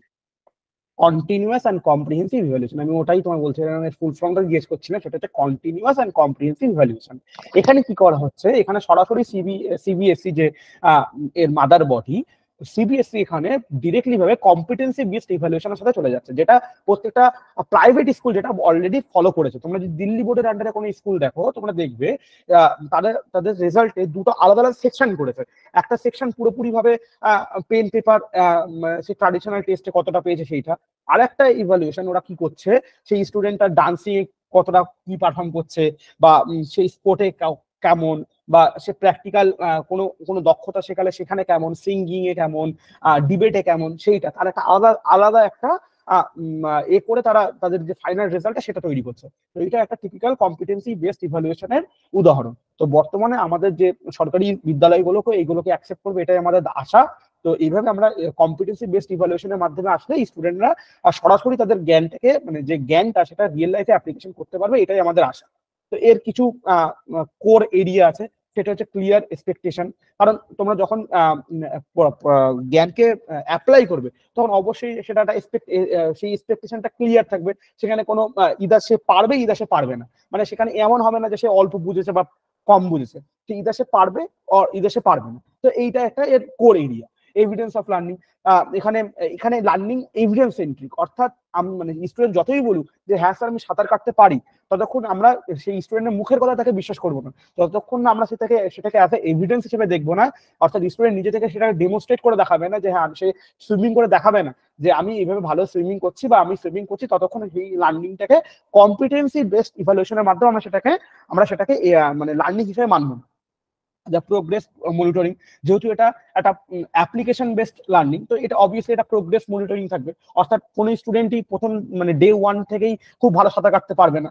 এই যে বিশ্বের সবথেকে শ্রেষ্ঠ সাঁতারু যাকে মাইকেল ফিলিপসকে বলা হয়, তো সে তো নিশ্চয়ই ডে 1 থেকে এত বড় মাপের সাঁতারু ছিল না, তাকে প্র্যাকটিস করে করে করে করে নিজেকে ইমপ্রুভ করতে হয়েছে। তো এটা তো কম্পিটিটিভ বেসড ইভালুয়েশন অবশ্যই প্রোগ্রেস করার যেটা সেটাকে মনিটরিং করে। এবং কি হচ্ছে পার্সোনালাইজ লার্নিং, অর্থাৎ এখানে স্টুডেন্ট নিজের পেস নিজের মতো করে শিখতে পারে। এখানে তাকে কোনো কিছুর প্রতি জোর করে দেওয়া হয় না যে তুমি এই এক মাসের মধ্যে তোমাকে সিলেবাসটা শেষ করতে হবে, এরকম করা হয় না। সে তার মতো করে পার্সোনালাইজ করে নিজের মতো করে একটা তৈরি করে সে নিজের মতো করে সেই জিনিসটাকে শেখে। তো এইটা গেল কম্পিটেন্সি বেসড ইভালুয়েশনের ধারণা। আশা করছি তোমরা সবাই বুঝতে পেরেছো। নেক্সট কি যেটা আজকের আমাদের মানে ইউনিট পার্ট সি যেটা লাস্ট টপিক, সেটা হচ্ছে sorry assessment of teacher prepared ICT resource. অর্থাৎ শিক্ষক যে আইসিটি সরঞ্জাম তৈরি করবেন যেটা শিক্ষার্থীকে শেখার ক্ষেত্রে সহায়ক হবে। এটা তো ডিরেক্ট এখান থেকে তো তেমন কোনো প্রশ্ন আসে না, এবং এটা সেরকম ভাবে আলোচনা করারও কিছু নেই। এটা একটা ওভারঅল ধারণা, যেখানে কি বলতে পারো যে টিচার এখানে কি করছেন, এখানে টিচার বিভিন্ন আইসিটি উপকরণ তৈরি করছেন কি করার জন্য, শিক্ষার্থীদের পড়ানোটাকে এনহ্যান্স করার জন্য। সেইটাই হচ্ছে সেই আলোচ্য বিষয় হচ্ছে এখানে। অর্থাৎ এখানে কি করতে পারি, এখানে প্রথমেই যেটা আছে রিলেভেন্স এর অ্যালাইনমেন্ট, অর্থাৎ টিচার যে ক্লাসে পড়াবেন তার নিশ্চয় একটা কারিকুলাম থাকবে, সেই কারিকুলামের গোল থাকবে, এবং তিনি অ্যাজ পার সেই কারিকুলাম তিনি সেই আইসিটি যে মানে আইসিটির মাধ্যমে সেই জিনিসটাকে ফুটিয়ে তুলবেন।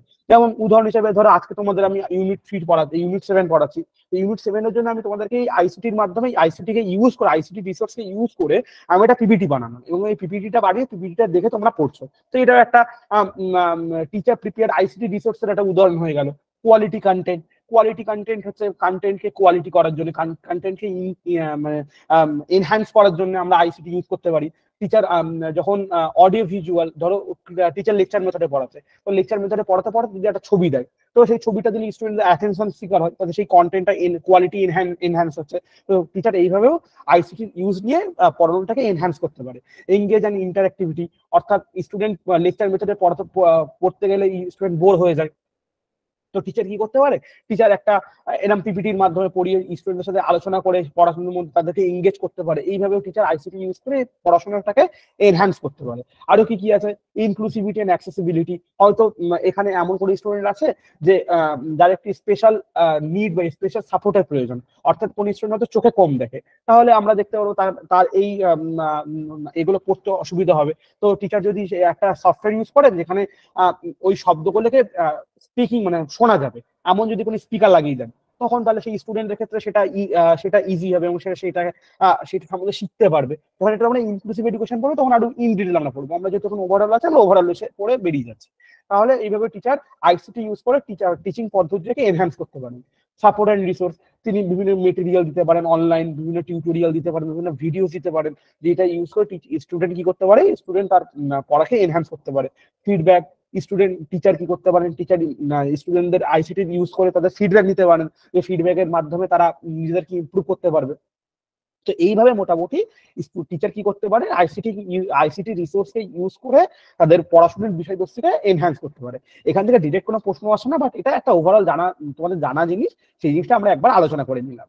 তো মোটামুটি এইভাবে ইউনিট সিতে আজকে এইটুকুই ছিল। আর একটা ছোট জিনিস যেটা আগের দিন আমরা করেছিলাম, সেটা ছিল relation between objective and outcome. যে অবজেক্টিভ আর আউটকামের মধ্যে সম্পর্ক কি, এইটা কি, দেখো তোমরা যখন একটা পড়ছো, তা পড়ার পিছনে কিন্তু একটা অবজেক্টিভ বা উদ্দেশ্য থাকছে। ধরো তোমরা আজকে সবাই পড়ছো কি জন্য পড়ছো? তোমরা ইউজিসি নেট জেআরএফ একটা এম করে রেখে, যে আমরা আজকে ইউজিসি নেট জেআরএফ পাবো, জেআরএফ আমাদেরকে পেতে হবে। তো এইটা একটা অবজেক্টিভ। এন্ড আউটকামটা কি? আউটকাম হচ্ছে তুমি যে অবজেক্টিভটা করেছিলে, যে অবজেক্টিভটাকে চেস করার জন্য তুমি পড়াশোনা শুরু করেছিলে, আর রেজাল্ট ফাইনাল তুমি নেট পরীক্ষার পর রেজাল্ট এসে দেখা যে রেজাল্টটা পেলো, সেই দুটোর মধ্যে কি সম্পর্ক? অর্থাৎ যে ছেলেটা জেআরএফ কে এম করেছিল, অবজেক্টিভ করেছিল, সেই ছেলেটা যদি আউটকামে জেআরএফ পেয়ে যায়, তাহলে তার উদ্দেশ্য এবং তার যে রেজাল্ট সেটা সমান হয়ে গেল এবং সেটা মিলে গেল। সে তার গোলটাকে তৈরি করতে পারলো, সে তার গোলটাকে অ্যাচিভ করে নিল। এবং আরেক ধরনের ছেলে বা আরেক ধরনের স্টুডেন্ট, সে কি করলো? সে স্বপ্ন দেখেছিল UGC net JRF, but result আসলো সে জেআরএফটা হলো না, সে শুধু ইউজিসি নেট পেয়েছে। তাহলে তাকে আরো পড়তে হবে, যে আমি পড়ে আমি এই পড়লাম এবং পরবর্তীকালে আমাকে জেআরএফ অ্যাচিভ করতে হবে। এটা তার একটা আউটকাম হলো। অর্থাৎ তার যে রেজাল্ট অবজেক্টিভ ছিল এবং তার যে আউটকামটা ছিল সেটার মধ্যে মেলেনি, সেটার মধ্যে আমার সেই অবজেক্টিভটাকে পূরণ করার জন্য আরেকটু পড়তে হবে। এই যে রিলেশন, এটাই হচ্ছে রিলেশন বিটুইন আমাদেরকে অবজেক্টিভ আর আউটকামের সূত্র। অর্থাৎ এখানে আমরা কি দেখবো? আমরা যে উদ্দেশ্য করেছিলাম এবং যেটা পেলাম, সেই দুটোর মধ্যে সম্পর্ক কি, সেটা কি ইকুয়াল হলো না সেটা ইনইকুয়াল হলো। যদি ইকুয়াল হয়ে যায় তাহলে ভালো, আর যদি ইনইকুয়াল না হয় তাহলে কি করতে হবে? আমাদেরকে আরো এফোর্ট দিতে হবে, যতক্ষণ না আনটিল আমরা সাকসেস পাচ্ছি না। তাহলে আজকে কি আমরা যেগুলো বললাম, আজকে তো একদম ইজি পড়া ছিল, মানে সেই একদম ইজি পড়া বলতে বললে বোঝা যায়। তাহলে আজকে যে পড়াগুলোর মধ্যে তোমরা কোন জায়গায় কি সব বুঝতে পেরেছো? হ্যাঁ, বোঝা গেছে। স্যার আরেকটা থেকে গেল মনে হয়, ফিল্ড হ্যাঁ, এনগেজমেন্ট ইউজিং রুব্রিক্স। আচ্ছা আচ্ছা আচ্ছা, ফিল্ড এঙ্গেজমেন্ট ইউজিং রুব্রিক্স। আচ্ছা, এটা কি বলতো? এটা আমি রুব্রিক্স এর মধ্যে এখানে অ্যাটাচ করে দিয়েছি। ফিল্ড এঙ্গেজমেন্ট ফিল্ড এঙ্গেজমেন্ট হচ্ছে তুমি যখন রাস্তায় নামছো, অর্থাৎ তুমি যখন কোনো কিছু অ্যাপ্লাই করছো ক্লাসে, তখন তুমি এই রুব্রিক্স এর এই যে তিনটে সেকশন ছিল, reflection, for action, reflection in action, reflection on অ্যাকশনের মাধ্যমে, তুমি এই তিনটের মাধ্যমে তুমি সেইটাকে এঙ্গেজ করবে। তো এইটার অ্যাজ ওরকম কোনো নেই বলে আমি ওইটাকে এর মধ্যে অ্যাড করতে পারি। Hello sir. হ্যাঁ, বলো। হ্যাঁ স্যার, বলছিলাম যে ওই যে ফিল্ড এনগেজমেন্ট ইউজিং রুব্রিক, এটার একটা হ্যাঁ, জলজান্ত উদাহরণ হিসেবে আমরা বলতে পারি যে বিএড এর যখন ভাইবার টেস্ট হয়, মানে ধরুন এক্সটার্নাল টিচার যখন স্কুলে মানে কলেজে আসছেন, তখন ওটা তো মানে, বা ধরুন ফাইনাল টিচিং যখন হয়, ফাইনাল টিচিং এর সময় যে এক্সটার্নাল টিচার যে মানে এটা করেন, ইভালুয়েশন করেন, সেটা তো একটা ফিল্ড বেসড ইভালুয়েশনের মানে রুব্রিক্স এর একটা এনগেজমেন্টের উদাহরণ হিসেবে বলতে পারি। এর একটা উদাহরণ, হ্যাঁ, তুমি যেটা বললে এটা অ্যাকচুয়ালি হচ্ছে। এবং এই রিলেটেড আমি একটা প্রশ্ন কিউআই কুইজে দিয়েছি। এগুলো তো ডিরেক্ট কনসেপ্ট। এই প্রশ্নটা যখন আমি আলোচনা করব, তখন আরো ইন ডিটেল এটা নিয়ে আমরা শিখবো, ঠিক আছে? আজকে কিউআই কুইজে আমি ফিল্ড এনগেজমেন্ট থেকে একটা রুব্রিক্স থেকে এখানে একটা প্রশ্ন দিয়েছি। তো এটা আমরা তখন দেখে নিই। তাহলে মোটামুটি আজকে তো এমনি ইজি ছিল, মানে পার্ট সি যেটা ছিল একদমই ইজি ছিল। স্যার তো শুনতে পাচ্ছি না কিছু। শোনা যাচ্ছে না? হ্যালো? হ্যাঁ স্যার, শোনা যাচ্ছে। হ্যাঁ, এই শোনা গেল। হ্যাঁ, শোনা শোনা যাচ্ছে। যাচ্ছে? স্যার হ্যাঁ। আমার একটা তো জিনিস আজকে আমরা জিজ্ঞেস কি করার করলাম? আছে। আচ্ছা, আজকে ওই যে হ্যাঁ ফিল্ড হ্যাঁ, বলো। এঙ্গেজমেন্ট ইউজ রুব্রিক্স, ওইটাকে আমি রিফ্লেকশন ইন অ্যাকশনের মধ্যে পুট করতে পারি? আচ্ছা, ভালো ভালো খুব ভালো প্রশ্ন। ফিল্ড এঙ্গেজমেন্ট এইটা আমাকে বলো। তুমি ধরো যেটা ও উদাহরণ দিল, খুব সুন্দর একটা উদাহরণ দিয়েছে। তুমি ফিল্ড এঙ্গেজমেন্ট করছো, অর্থাৎ তুমি রুব্রিক্সটাকে ইউজ করবে কোন একটা পার্টিকুলার ফিল্ডে, এটাই। তো এইটা তুমি কিভাবে করবে? এইটা তো তোমার তিনটে শর্ত তুমি করতে পারো, যে আমি আজকে ক্লাসে আসলাম এবং ক্লাসে এসে আমি আজকে এই কটা ডোমেনের ভিত্তিতে নাম্বারিংটা করবো। এই ডোমেন গুলোকে তুমি আগে থেকে তৈরি করে নিলে। যদি তুমি আগে থেকে তৈরি করে নাও, তখন তুমি অবশ্যই এই ফিল্ড এঙ্গেজমেন্ট যে ব্যাপারটা আছে, সেটা তুমি রিফ্লেকটিভ ইন জার্নালের সাথে অ্যাটাচ করতে পারো। বুঝতে পেরেছো? হ্যাঁ স্যার। হ্যাঁ, মানে দেখো, আমি আবার আজকে যে আলোচ্য বিষয়গুলো ছিল সেটা আবার একবার ওভারঅল বলছি, যেহেতু ছোট ইউনিট, আমি আমি আবার একবার টু দা পয়েন্ট গুলো বলছি। Assessment in pedagogy of education যেটা ছিল, assessment in pedagogy of education আমরা কি দেখলাম? অর্থাৎ যেখানে টিচিং বা টিচার যখন ক্লাসে পড়াচ্ছেন, সেই টিচিং জিনিসটা, যে টিচিং মেটেরিয়ালটা স্টুডেন্টের ক্ষেত্রে কতটা এফেক্টিভ হচ্ছে কিনা, সেইটার জন্য যে আমি অ্যাসেসমেন্ট করছি, সেটা হয়ে গেল অ্যাসেসমেন্ট ইন পেডাগজির উদাহরণ। আচ্ছা, এটা কি করে করব? এটা করব আমি ফিডব্যাকের মাধ্যমে। তো ফিডব্যাকের মিনিং আমরা কি পড়লাম, এর নির্দিষ্ট কিছু টাইপস আমরা দেখলাম এবং এর ক্রাইটেরিয়াও আমি দেখলাম, এবং এটার যে ডিভাইসটাকে, এর যে গাইডেন্স অ্যান্ড ফিডব্যাক অ্যাসেসমেন্ট আছে, এটা তো এর মধ্যে যায় না। তো আমি অ্যাজ আ ওভারঅল আমরা ওর মধ্যে দেখে নিলাম, ওই ক্রাইটেরিয়ার মধ্যে আমরা দেখে নিয়েছি। এবার আমরা কিছু অল্টারনেটিভ অ্যাসেসমেন্ট টুল দেখেছিলাম, যেটার মধ্যে ছিল পোর্টফোলিও ছিল, রিফ্লেক্টিভ জার্নাল ছিল, এই দুটোই মেনলি ছিল, আর রুব্রিক্স ছিল, যেটাখানে ছিল রুব্রিক্স। তো পোর্টফোলিও আমরা পড়লাম, রিফ্লেক্টিভ জার্নাল আমরা পড়লাম, এবং রুব্রিক্স আমরা পড়লাম। এবং রুব্রিক্সের আমরা কি দেখেছিলাম, রুব্রিক্স আমরা যদি আসি, রুব্রিক্সে আমরা দেখলাম কি রুব্রিক্স হচ্ছে দুভাবে হয়। একটা কিভাবে হচ্ছে, একটা অ্যানালিটিক্যাল রুব্রিক্স হচ্ছে এবং একটা হোলিস্টিক রুব্রিক্স হচ্ছে। এবার ক্লাসের টিচার আসলেন, ধরো ক্লাসের টিচার এসছেন, ক্লাসের টিচার এসে দেখলেন যে আজকে আমি একটা স্টুডেন্ট আমার সামনে, আমি ভাইবা নিচ্ছি, স্টুডেন্ট আমার সামনে, স্টুডেন্ট কি করবে, তোমরা ডিজার্টেশন করছে, আমরা ডিজার্টেশন উদাহরণ নিই। এক্সটার্নাল কি দেখলেন যে ডিজার্টেশন স্টুডেন্টরা আজকে ডিজার্টেশন স্টুডেন্টরা সাবমিট করবে।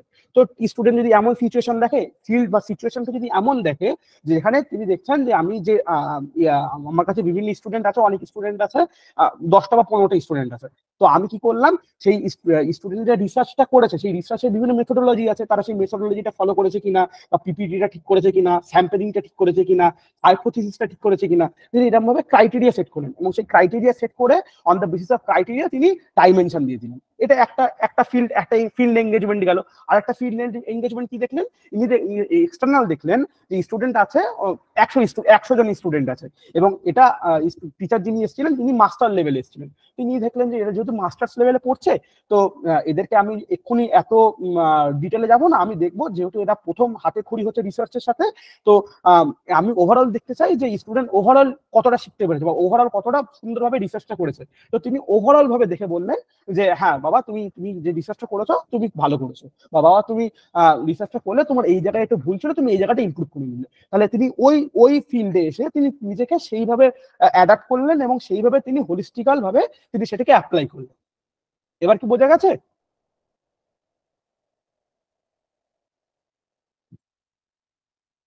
হ্যাঁ স্যার।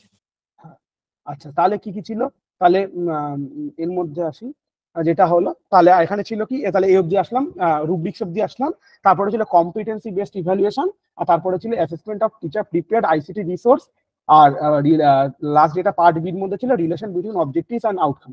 তাহলে আজকের পড়াটাকে ওভারঅল বুঝতে পেরেছো সবাই? হ্যাঁ স্যার। আচ্ছা, তাহলে যদিও স্যার, আজকে আর একটু আছে, ওই পোর্টফোলিও অ্যাসেসমেন্ট একটু বলে দেবেন, আর রিলেটিভ জার্নাল। আচ্ছা, পোর্টফোলিও অ্যাসেসমেন্ট আর রিফ্লেক্টিভ জার্নাল, আচ্ছা দুটো আরেকবার আলোচনা করি। তাহলে পোর্টফোলিও অ্যাসেসমেন্ট আমরা কি দেখলাম, পোর্টফোলিও অ্যাসেসমেন্ট হচ্ছে একটা ওভার পিরিয়ড অফ টাইমে যে স্টুডেন্টদের সম্বন্ধে যা যা লার্নিং প্রোগ্রেস কালেকশন করে রাখা হয়, সেটাই হচ্ছে পোর্টফোলিও। তোমরা সিভি জানো, তোমরা সিভি বানিয়ে, তোমরা তো সবাই বড় হয়ে গেছো, বিভিন্ন জায়গায় চাকরির জন্য অ্যাপ্লাই করেছো বা করবে, তোমরা সবারই একটা নির্দিষ্ট সিভি আছে, বা সিভি তৈরি করবে বা বায়োডাটা তৈরি করবে। এই বায়োডাটা বা সিভিটা হচ্ছে একটা পোর্টফোলিওর উদাহরণ, যেখানে কি করা হয়, যেখানে প্রত্যেকটি স্টুডেন্টদের ওভার পিরিয়ড অফ টাইম, অর্থাৎ সেই মাধ্যমিক কত নাম্বার পেয়েছে, উচ্চ মাধ্যমিকে কত নাম্বার পেয়েছে, আচ্ছা গ্রাজুয়েশনে কত নাম্বার পেয়েছে, কোনো ডিগ্রি বিএড ডিএড আছে কিনা, নেট সেট আছে কিনা, কোনো জার্নাল আছে কিনা, সবকিছু এক জায়গায় লেখা থাকে, একটা শিটের মাধ্যমে লেখা থাকে। এবং যার পোর্টফোলিও যত ভালো হয়, এটা আলোচনা মানে এটা জানা হয়, সেই স্টুডেন্ট তত বেশি কম্পিটেন্ট। ধরো আমি আমার কাছে আজকে একটা টিচিং জবের জন্য একটা ভ্যাকান্সি আসলো, তো আমি সবার বললাম যে সবার পোর্টফোলিও বা সবার সিভিটা পাঠাও। তো সেখানে 10টা স্টুডেন্ট তাদের সবার পোর্টফোলিওটা পাঠালো। এবার আমি সবার পোর্টফোলিওটা দেখলাম, বা সেখানে দেখলাম কোন স্টুডেন্টদের কেউ গোল্ড মেডেলিস্ট, আচ্ছা কোন স্টুডেন্টদের পেটেন্ট আছে, নিজস্ব পেটেন্ট আছে, বা কোন স্টুডেন্ট দেখলাম পিএইচডি কমপ্লিট হয়ে গেছে, সে রিসার্চ করছে, অ্যাব্রড রিসার্চ করছে, কোন স্টুডেন্ট দেখলাম সে পোস্ট ডক করছে। তো ন্যাচারাল ভাবে আমি দেখলাম আমার on the basis of different portfolio, যার ডিগ্রি সব থেকে বেশি বা যার সব থেকে বেশি, আমি জাজমেন্টাল হয়ে তাকেই রিক্রুট করে নিলাম আমার অর্গানাইজেশনের জন্য।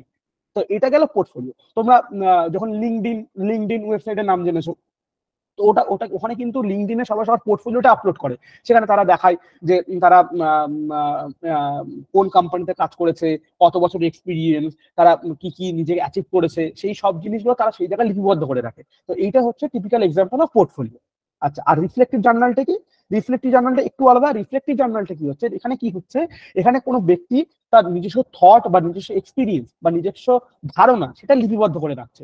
অর্থাৎ তোমরা যদি টিচিং এর ক্ষেত্রে শেখো, আমরা যদি টিচিং এর উদাহরণ দিই, ধরো ক্লাসে তোমরা গেলে, তো ক্লাসে প্রথমে তোমরা রিফ্লেক্টিভ জার্নাল কি করতে পারো, তোমরা ক্লাসে কি করে ক্লাসটাকে এনহ্যান্স করবে বা ক্লাসটাকে কি করে এফেক্টিভ করবে, তার জন্য তোমরা একটা জার্নাল তৈরি করতে পারো, বা তার জন্য তোমরা একটা তার থট প্রসেস লিখে রাখতে পারো যে আমি ক্লাসে গিয়ে আমি এইভাবে এইভাবে এইভাবে পড়াবো। তো এটা রিফ্লেক্টিভ জার্নালের একটা উদাহরণ হতে পারে। বা ক্লাস করিয়ে এসে তুমি ক্লাস করানোর সময় তুমি দেখলে যে কিছু স্টুডেন্ট ক্লাসে খুব অমনোযোগী, তো আমি তো তাদেরকে ক্লাসে মনোযোগী করে তোলাটা আমার উদ্দেশ্য। তাহলে তুমি পরের দিন যে ক্লাসটা করলে, তুমি ক্লাসে এসে রিফ্লেক্টিভ জার্নালে লিখলে যে আমি একটা ক্লাস করালাম, আমার এই দুটো স্টুডেন্ট ক্লাসে অমনোযোগী হয়েছিল, তো এদেরকে আমি পরের ক্লাসে এরা যাতে মনোযোগী হয় সেই বিষয়ে আমি তাদেরকে লক্ষ্য করবো। তো এটা তোমার যে এক্সপিরিয়েন্স বা থটটা তুমি সেটা লিপিবদ্ধ করে রেখেছিলে। তো এটা হয়ে গেল রিফ্লেক্টিভ জার্নাল। বুঝতে পেরেছো এবার? তাহলে হ্যাঁ স্যার, বুঝতে পেরেছি। আজকের পড়া তো এমনি খুবই ইজি ছিল। তো আমি মেইন যেটা বলতে চাই, আমাদের তো আজকে যেহেতু পার্ট সি, পরের দিন আছে পার্ট ডি। পার্ট ডিটাও ছোট, পার্ট ডিটা হচ্ছে, স্যার বলছি হ্যাঁ বলো। রিফ্লেক্টিভ জার্নালটা তাহলে কি শুধু টিচাররাই মানে নিজের জাজমেন্টের জন্যই শুধু ইউজ করবে নাকি? মানে এটা তো অ্যাপ্লাই করা যাবে না যে মানে পোর্টফোলিওর ক্ষেত্রে যেমন স্টুডেন্টদের একাডেমিক্স গুলো বা যেগুলো ভালো ভালো কাজ সেগুলো তো মানে অ্যাড করে রাখা হচ্ছিল, বা রুব্রিকের ক্ষেত্রেও তো যেটা হচ্ছে ক্রাইটেরিয়া সেট করে নিচ্ছে যেটা স্টুডেন্টদের ক্ষেত্রে, কিন্তু রিফ্লেক্টিভ জার্নালটা কি মানে অনলি টিচার নিজের অ্যানালিসিস করার জন্য ইউজ করবে নাকি? ভেরি গুড, ভালো প্রশ্ন। হ্যাঁ, রিফ্লেক্টিভ জার্নাল স্টুডেন্ট তো নিজের মতো, টিচার তো নিজেকে জানানোর জন্য অ্যাপ্লাই করতে পারছে, স্টুডেন্ট অ্যাপ্লাই করতে পারবে। ধরো স্টুডেন্ট আছে ক্লাসে এসে কোনো একটা কিছু শিখলো, সে সেটাকে সেই তার নিজের থট বা নিজের এক্সপ্রেশনটাও লিপিবদ্ধ করে রাখতে পারবে। রিফ্লেক্টিভ জার্নাল যে কেউ ইউজ করতে পারে। কোনো ব্যক্তি যদি নিজের থট, নিজের দক্ষতা বা নিজের কোনো এক্সপিরিয়েন্স যদি কোনো এক জায়গায় লিখে রাখে, সেটা হয়ে গেল রিফ্লেক্টিভ জার্নাল। এটা যে কেউ করতে পারে। আচ্ছা আচ্ছা, মানে অনেকটা ওই ডায়েরি লেখার মতন অনেকটা ব্যাপার। হ্যাঁ হ্যাঁ হ্যাঁ, ডায়েরি লেখার মতো বলতে পারো। আচ্ছা, তাহলে মোটামুটি সবাই কি বুঝতে পেরেছো? আচ্ছা, সবচেয়ে গুরুত্বপূর্ণ একটা জিনিস, হ্যাঁ ভেরি গুড, বুঝতে পেরেছি। একটা একটা গুরুত্বপূর্ণ বিষয়, সেটা হচ্ছে তোমরা তো সবাই পার্ট এ পার্ট বি মোটামুটি পড়েছো, আমি আমার আশা তোমরা পড়েছো। তো পার্ট সিটা আজকে পড়ে নিলে, আজকে পড়ে নেবে এর মধ্যে। আর পার্ট ডি মানে নেক্সট যে ক্লাসটা আছে সেই ক্লাসটাও ছোট হবে, মানে শুধু আমাদের ফ্ল্যান্ডার্স আছে আর গ্যালোওয়ে আছে, এই দুটো আমরা পড়বো। পড়ার পর সবাই এই মানে ওই পার্ট ডিটা তো ক্লাসেই উঠে যাবে। তো পার্ট সিটা তোমরা মানে part A, part B, part C, তোমরা তিনটে খুব ভালো করে পড়ো। পার্ট ডি আমরা যেদিন পড়বো সেদিন আমরা ওভারঅল, মানে আমরা যখন প্রশ্ন পিওয়াইকিউ সলভ করব, আমরা পার্ট ডি থেকে তো প্রশ্ন থাকবেই, ওভারঅল আমরা পার্ট এ পার্ট বি মানে ওভারঅল আমরা পুরো ইউনিট 7 থেকে আমরা কিছু প্রশ্ন এক জায়গায় করবো। তো পুরো ইউনিট 7টা তাহলে আমাদেরকে ওই পার্ট ডি যেদিন পড়বো মানে পরের সপ্তাহে, তাহলে পুরো ইউনিট 7টা আমাদের উঠে যায়। তাহলে আমরা এইভাবে এগো। তাহলে তোমরা অবশ্যই মানে এই সপ্তাহের মধ্যে তোমরা পার্ট সি তো কিছুই নেই, একদম ইজি, তোমরা এমনি আজকে উঠে যাবে পড়া। তো পার্ট এ পার্ট বিটা তোমরা পড়ে রাখবে। পরের দিন পার্ট ডিটা যখন পড়বো, একসাথে 4টে এ পড়ে পার্ট পড়ে আমরা একেবারে ইউনিট 7 থেকে পুরো প্রশ্ন কমপ্লিট করে, প্রশ্ন সলভ করে, পিওয়াইকিউ সলভ করে আমরা ইউনিট 7টা কমপ্লিট করে দেবো। ঠিক আছে? হ্যাঁ স্যার। তাহলে পিওয়াইকিউতে আসা যাক। আচ্ছা, ফার্স্ট প্রশ্ন, 1 মিনিট টাইম। হ্যাঁ, এটা একটা একদম ইজি প্রশ্ন, প্রত্যেকবার প্রশ্ন পরীক্ষায় আসে।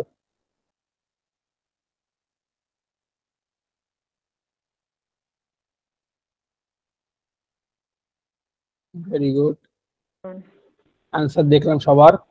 আচ্ছা, একজন বলছো বি। আচ্ছা,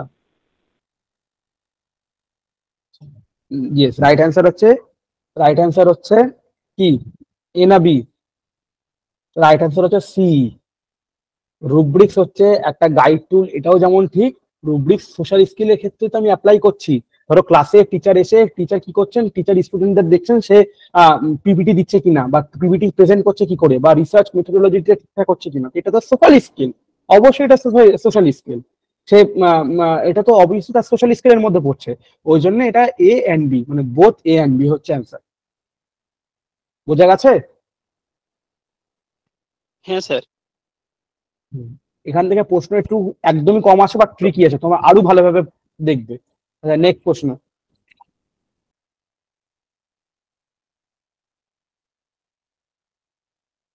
দেখা যাচ্ছে না কি? হ্যাঁ বি, স্যার, দেখা যাচ্ছে তো। আচ্ছা বি বলছো, দেখা যাচ্ছে। এ বলছো, আচ্ছা এ আর বি, ম্যাক্সিমাম সবাই বলছে বি, আবার সবাই বলছে, অনেকে বলছে এ। ভালোভাবে দেখো, আরেকবার বললাম, যদি লাস্ট দেখবো, ম্যাক্সিমাম সবাই বলছে বি, একজন দেবারজি বলেছে এ। আচ্ছা, অবশ্যই দ্য রাইট অ্যান্সার হবে এ। তার কারণটা হচ্ছে ই পোর্টফোলিও। ই পোর্টফোলিও দেখো, তোমার পোর্টফোলিও যে জিনিসটা সেটাই হচ্ছে, সেটা সামনে শুধু একটা ই যোগ করেছে, ই মানে ইলেকট্রনিক্স। আচ্ছা, তাহলে কি হচ্ছে এখানে, কি বলছে, all portfolio are use to assess just competency of child. অবশ্যই পোর্টফোলিওর মধ্যে আমরা কম্পিটেন্সি দেখছি। It can include the personal data of student, এটাও করছি। আচ্ছা, it could be kept as video and audio. অবশ্যই ভিডিও অ্যান্ড অডিও তো হতেই পারে, পোর্টফোলিও তো, তো ভিডিও অ্যান্ড অডিও ক্লিপস আমরা সেটাকে অ্যাটাচ করতেই পারি। তো এই জন্য হয়ে যাচ্ছে এ 1, 2 এবং 3। আশা করছি বোঝা গেল। নেক্সট, তাহলে আমরা নেক্সট প্রশ্নের দিকে যাব। বুঝতে পেরেছো সবাই? হ্যাঁ স্যার। স্যার আচ্ছা। ভিডিও দুটোই হবে? হ্যাঁ হ্যাঁ হ্যাঁ, ভিডিও অডিও অবশ্যই হবে। তুমি পোর্টফোলিও, তো ই পোর্টফোলিও, যদি শুধু পোর্টফোলিও থাকতো তাহলে কিন্তু ভিডিও অডিও হতো না। মানে হ্যালো স্যার, হ্যাঁ মানে ওখানে একটাই জিনিস বোঝা যাবে যে ইটাকে অ্যাড করার জন্য ইলেকট্রনিক্সটাকে ইউজ করে নিচ্ছে। এক্স্যাক্টলি, ই বলেছো তোমরা, ই শব্দটা দেখেছো, ইলেকট্রনিক্স বলেছো। ওইটার জন্য স্যার করতে পারলাম না। হ্যাঁ, এটাই তো ট্রিক। এখান থেকে প্রশ্ন, আমি আবার বলছি, তোমরা লাস্ট 5 বছরের প্রশ্ন দেখবে, প্রশ্ন এখান থেকে, মানে পার্ট সি থেকে বলছি, ইনক্লুডিং মানে স্পেসিফিক্যালি বলছি, এখান থেকে প্রশ্ন কিন্তু একটা কিংবা দুটো, কিন্তু যে কটা প্রশ্ন আছে প্রত্যেকটা প্রশ্ন মধ্যে ট্রিক আছে, ট্রিকটাকে বুঝবে। ওই ইজি দিয়েছিল নেটে। হ্যাঁ হ্যাঁ, ট্রিকটাকে বুঝতে হবে, ট্রিকটা বুঝলে একদম ইজি প্রশ্ন হবে। নেক্সট, একটু ভেবে করবে, একদম ইজি। আর 1 মিনিট হলে আমি ওখানে যাবো। মাল্টিপল অ্যান্সার আছে, অনেকে বলছে 1, অনেকে 3, 4, 1। আচ্ছা, বাকিরা অ্যান্সার দাও। 3, 3। আচ্ছা, 3। সবাই একটু অ্যান্সার দেওয়ার চেষ্টা করো। 3। আচ্ছা, মোস্ট অফ দেম বলছে 3। Right answer is obviously 3। তাহলে পোর্টফোলিওকে আমি যদি অ্যাসেন্ডিং অর্ডারে সাজাই, একদম লাস্টে তো প্রেজেন্টেশন যাবে না, কারণ পোর্টফোলিও তুমি তো একদম লাস্টে, যেটা সিবি করছো, একদম প্রথমে তো তুমি প্রেজেন্টেশন করছো না, প্রথমে কি করছো, তুমি সিলেকশন করছো। অর্থাৎ কি করছো, আমি মাধ্যমিক নেবো, উচ্চ মাধ্যমিক নেবো, নেট সেট নেবো, কি কি নেবো, প্রথমে তুমি সিলেকশন করলে, সেই সিলেকশন হয়ে গেল, মানে 3 প্রথমে আসলো। তো প্রথমে 3 আর লাস্টে 4, প্রেজেন্টেশন যেটা লাস্টে, তো এই দুটো দিলেই অ্যান্সার হয়ে যাচ্ছে, একদম ইজি। তারপরে তুমি যদি সাজাতে চাও, তাহলে প্রথমে সিলেকশন আসলো, তারপরে রিফ্লেকশন আসলো, তুমি সেগুলোকে দেখলে, তারপরে সেগুলোকে অর্গানাইজ করলে, তারপরে লাস্টে প্রেজেন্টেশন করলে। তো এই প্রশ্নগুলো একদম ইজি আছে, জাস্ট একটু ট্রিকটা বুঝতে হবে। তাহলে বোঝা গেল সবার? হ্যাঁ স্যার। হ্যাঁ স্যার। নাও, অ্যানেকডেটাল রেকর্ডস। অ্যানেকডেটাল রেকর্ডস তো পড়েছো আশা করি। তো অ্যানেকডেটাল রেকর্ডস আমি আরেকবার আলোচনা করে নেবো, অসুবিধা। দেখি এবার অ্যান্সার। সবাই বলছে বি, সবাই বলছে বি, সবার অ্যান্সার আসেনি, সবাই অ্যান্সারটা করো, অ্যান্সারটা সবাই করো। আচ্ছা, আগে তাহলে অ্যানেকডোটাল রেকর্ডটা কি, যদি আমাদের এখানে ডিরেক্ট সিলেবাসে ছিল না বলে আমরা পড়িনি, বাট আমরা একটু আলোচনা করে নিই। অ্যানেকডোটাল রেকর্ডটা হচ্ছে যেখানে তোমরা স্টুডেন্ট, ধরো টিচার হিসেবে, আমি টিচার অ্যাসপেক্টে বললাম, যেখানে তুমি কি করবে, কোন স্টুডেন্টদের কোনো এক্সপিরিয়েন্স বা কোনো কিছু তুমি লিপিবদ্ধ করছো। যেখানে ধরো তুমি আজ ক্লাসে আসলে, ক্লাসে এসে তুমি কি করলে, ক্লাসে এসে তুমি দেখছো যে তোমার ক্লাসে 10টা বাচ্চা পড়ছে, তার মধ্যে 2টো বাচ্চা খুব ভালো পড়াশোনায়, মানে অ্যাক্টিভলি পার্টিসিপেট করছে, 2টো বাচ্চা সবসময় মানে পড়ার মধ্যে তারা কোনোভাবেই ইনভলভ করতে পারছে না। আচ্ছা, 2টো বাচ্চা তারা সেইভাবে মানে লিখতেই পারছে না। এই যে এক্সপিরিয়েন্সটা, সেটা হচ্ছে অ্যানেকডোটাল রেকর্ড। অর্থাৎ কোনো পার্সোনাল এক্সপিরিয়েন্স, কোনো স্টুডেন্টদের পার্সোনাল কোনো কিছু, সেইটা তুমি সেই স্টুডেন্টদের একটা অ্যানেকডোটাল রেকর্ড তৈরি করলে। অর্থাৎ তুমি সেই অ্যাজ এ টিচার হিসাবে তুমি লিপিবদ্ধ করলে কি, ক্লাসে এ আর বি এরা ভালো পড়াশোনা, এরা পড়াশোনা মানে অ্যাক্টিভলি পার্টিসিপেট করছে, সি এন্ড ডি এরা পড়াশোনার মধ্যে অ্যাক্টিভলি পার্টিসিপেট করছে না। তো সেইটা অ্যাজ এ ক্লাস টিচার হিসেবে তুমি তোমার ক্লাসের একটা অ্যানেকডেটর রেকর্ড তৈরি করলে। তোমার অ্যানেকডেটর রেকর্ডটা তোমার পরের ক্লাসে যে টিচার পড়াবেন সেই অ্যানেকডেটর রেকর্ডটা যদি তিনি দেখতে পাই, তিনি ক্লাসে এসে বুঝতে পারবেন কি ক্লাসে এ আর বি এরা পড়াশোনায় মোটামুটি অ্যাক্টিভলি পার্টিসিপেট করে, আর সি আর ডি এরা অ্যাক্টিভলি পার্টিসিপেট করে না। তাহলে সেই টিচার কি করবেন, সেই টিচার সেই সি অ্যান্ড ডি এর প্রতি বিশেষ মনোযোগী হবেন, যেটা তিনি তার আগের টিচার যেটা একটা রেকর্ড বা লিপিবদ্ধ করে গেছিলেন। অর্থাৎ এখানে কি হচ্ছে, কোনো পার্টিকুলার ইনসিডেন্ট বা কোনো পার্টিকুলার ঘটনা যেটা টিচার স্টুডেন্টদের মধ্যে স্টুডেন্টদেরকে আইডেন্টিফাই করার জন্য লিপিবদ্ধ করলেন, যেটা পরবর্তীকালে যেটা দেখে পরবর্তীকালে কেউ সেই স্টুডেন্টের পিছনের যে ব্যাকগ্রাউন্ড সেটা বুঝতে সাহায্য করবে। এবার তোমরা বলো, এবার তোমরা এই অ্যান্সারটা করার চেষ্টা করো।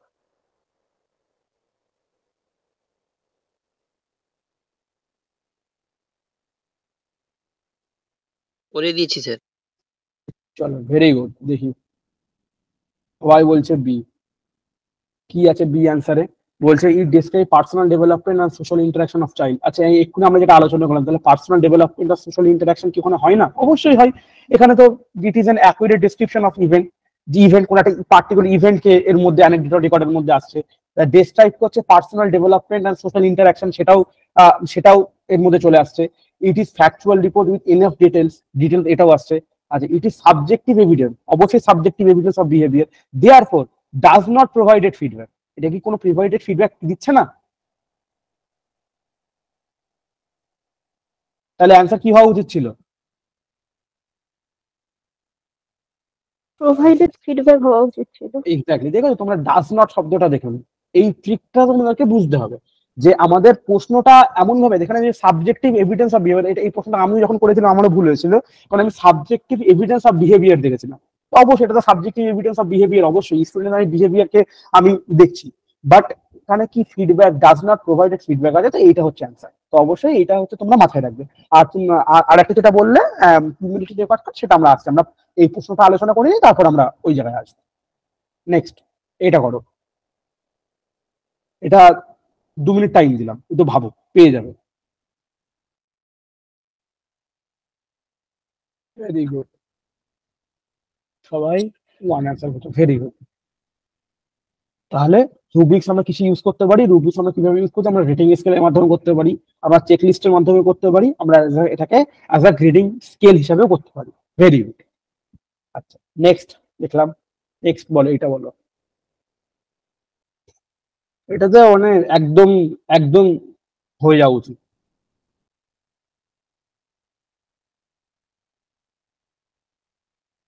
ভেরি গুড, এটা 100% রেজাল্ট পেলাম। Very good. এটা একদম, এটা ওই পরীক্ষাটা প্রশ্নটা অনেকবার এসছে। এই ওভার পিরিয়ড অফ টাইম যদি দেখো, চোখ বন্ধ করে উত্তর হবে পোর্টফোলিও। আচ্ছা, এই প্রশ্নটা দেখুন, এটাও একবারে হয়ে যাবে। প্রত্যেকটা পিওয়াই কুইজ, এবং তোমরা প্রশ্নের লেভেলটাও বুঝতে পারছো, একটু একটু অ্যানালিসিস, একটু কি পয়েন্ট বেসিস, তো এটা দেখলেই হয়ে যাবে।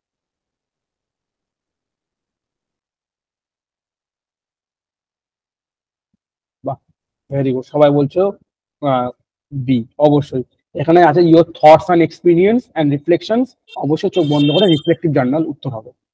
আচ্ছা, একটু মাইকটা বন্ধ করবে।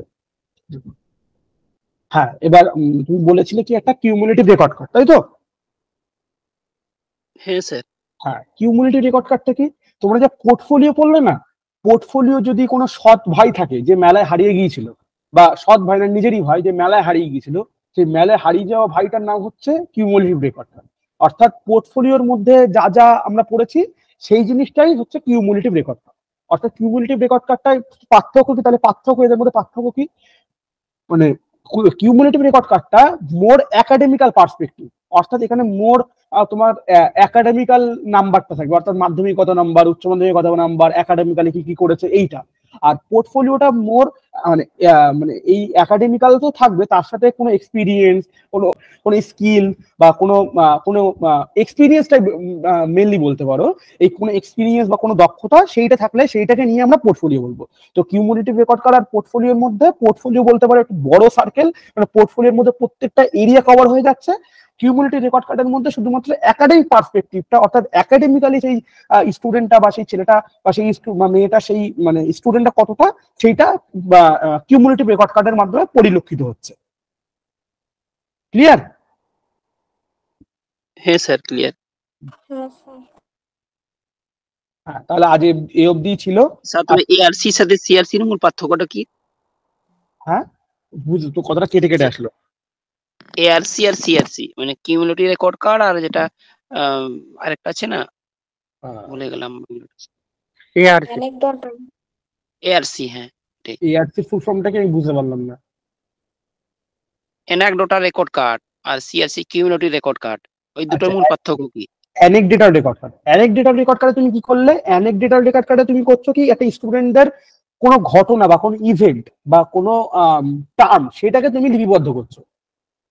অ্যানেকডোটাল রেকর্ড তো তুমি ওভার পিরিয়ড অফ টাইমে করছো না, তুমি করছো কি, ক্লাসে আসলে, ক্লাসে এসে আজকের ক্লাসে তুমি আর স্টুডেন্টদেরকে মধ্যে কোনো কিছু পেলে, কোনো স্পেশাল কিছু পেলে যেটা লিপিবদ্ধ করে রাখার মতো কোনো এটা ইভেন্ট পেলে, সেই ইভেন্টটাকে তুমি এখানে লিপিবদ্ধ করছো অ্যানেকডোটাল রেকর্ডে, যে সেই স্টুডেন্টদের সেই ইভেন্টটা বা সেই ডিসক্রিপশন সেটাকে তুমি লিপিবদ্ধ করছো। বাট কিউমুলেটিভ রেকর্ড কার্ডে তুমি তো তার যা একাডেমিক্যাল, সে যা সাকসেস পেয়েছে, সে মাধ্যমিকে কত পেয়েছে, উচ্চ মাধ্যমিকে কত পেয়েছে, সেইটাকে লিপিবদ্ধ করছো।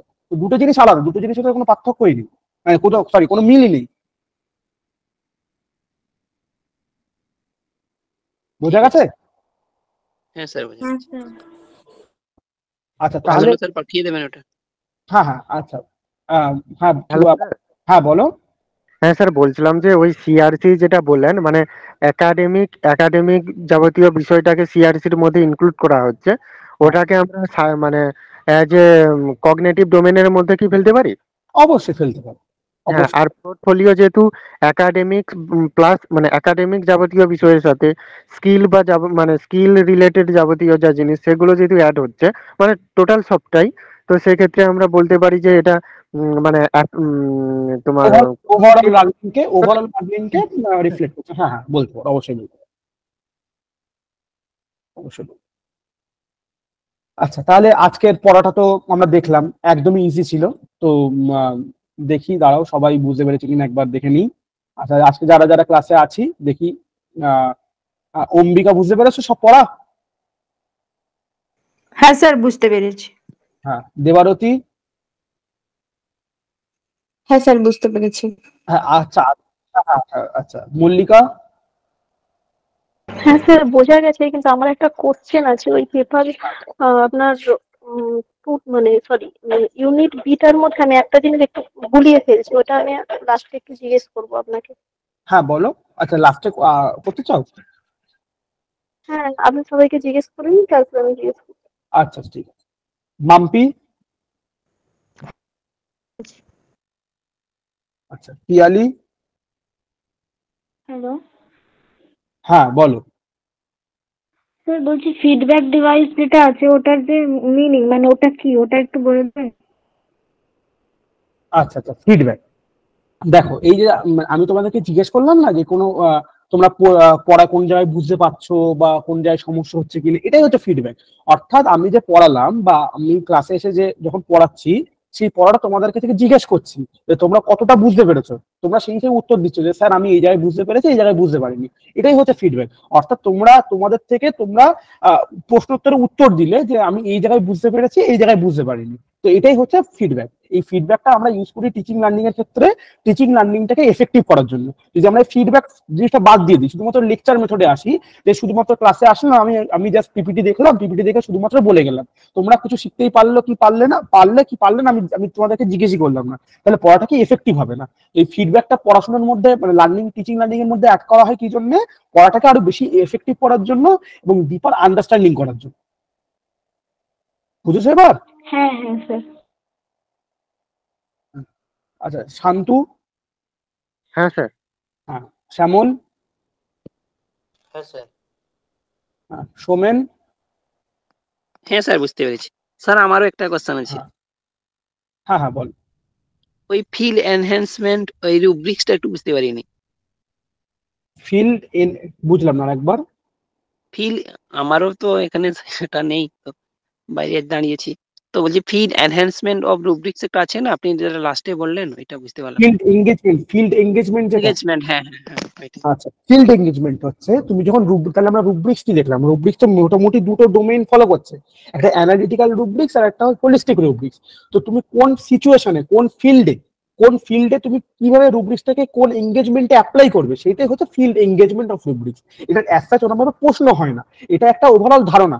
এই ওভারঅল ধারণা মানে রুব্রিক্সের যে ফিল্ডে যে দুটো আলাদা আলাদা ধরন আছে, যে দুটো আলাদা আলাদা সার্কামস্ট্যান্সে যে দুটো রুব্রিক্স ইউজ করতে হয়, সেটা বোঝানোর জন্য ওখানে ফিল্ড এঙ্গেজমেন্ট অফ রুব্রিক্স বলেছে। ঠিক আছে? হ্যাঁ স্যার ঠিক আছে, বোঝা গেছে। সুমনা?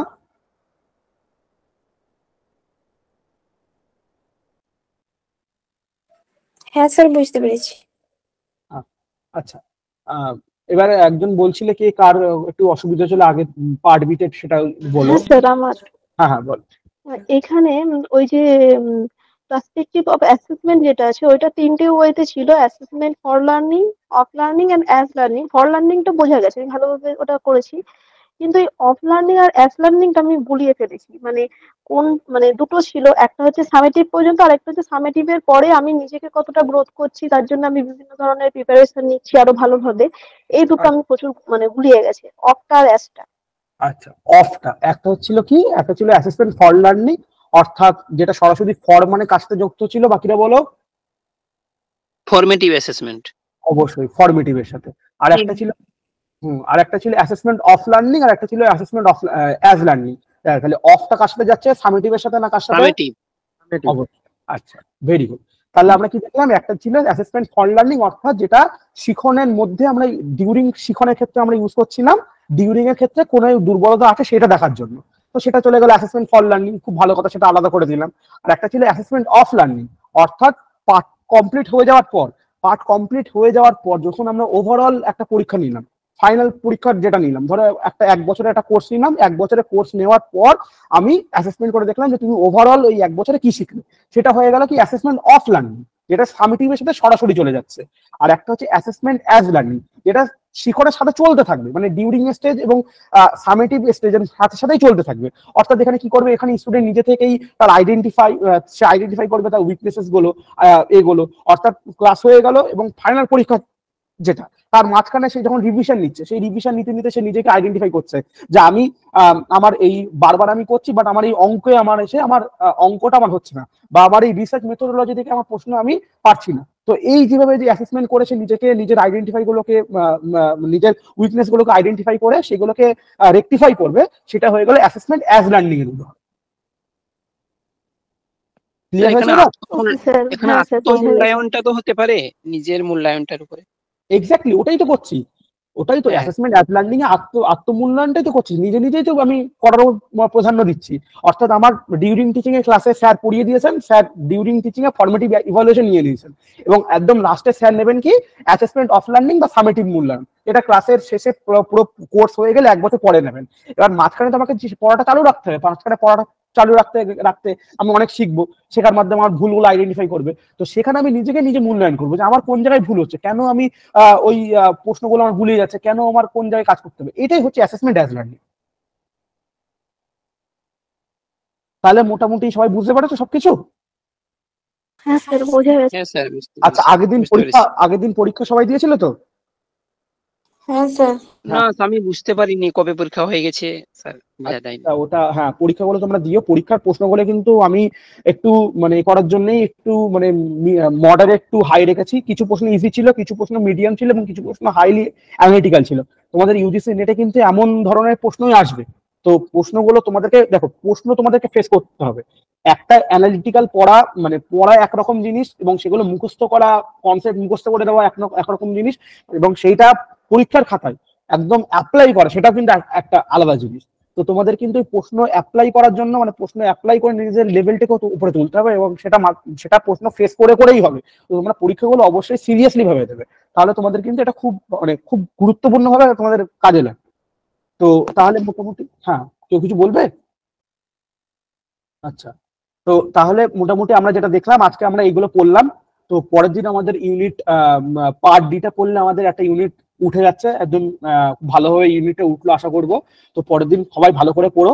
আমরা পুরো ক্লাসে আবার পিওয়াইকিউজ যেটা মোটামুটি খুব বেশি নেবো না, 8টা থেকে 10টা, বাট ওভারঅল প্রত্যেকটা ইউনিট থেকে আমরা একবার করে আলোচনা করব।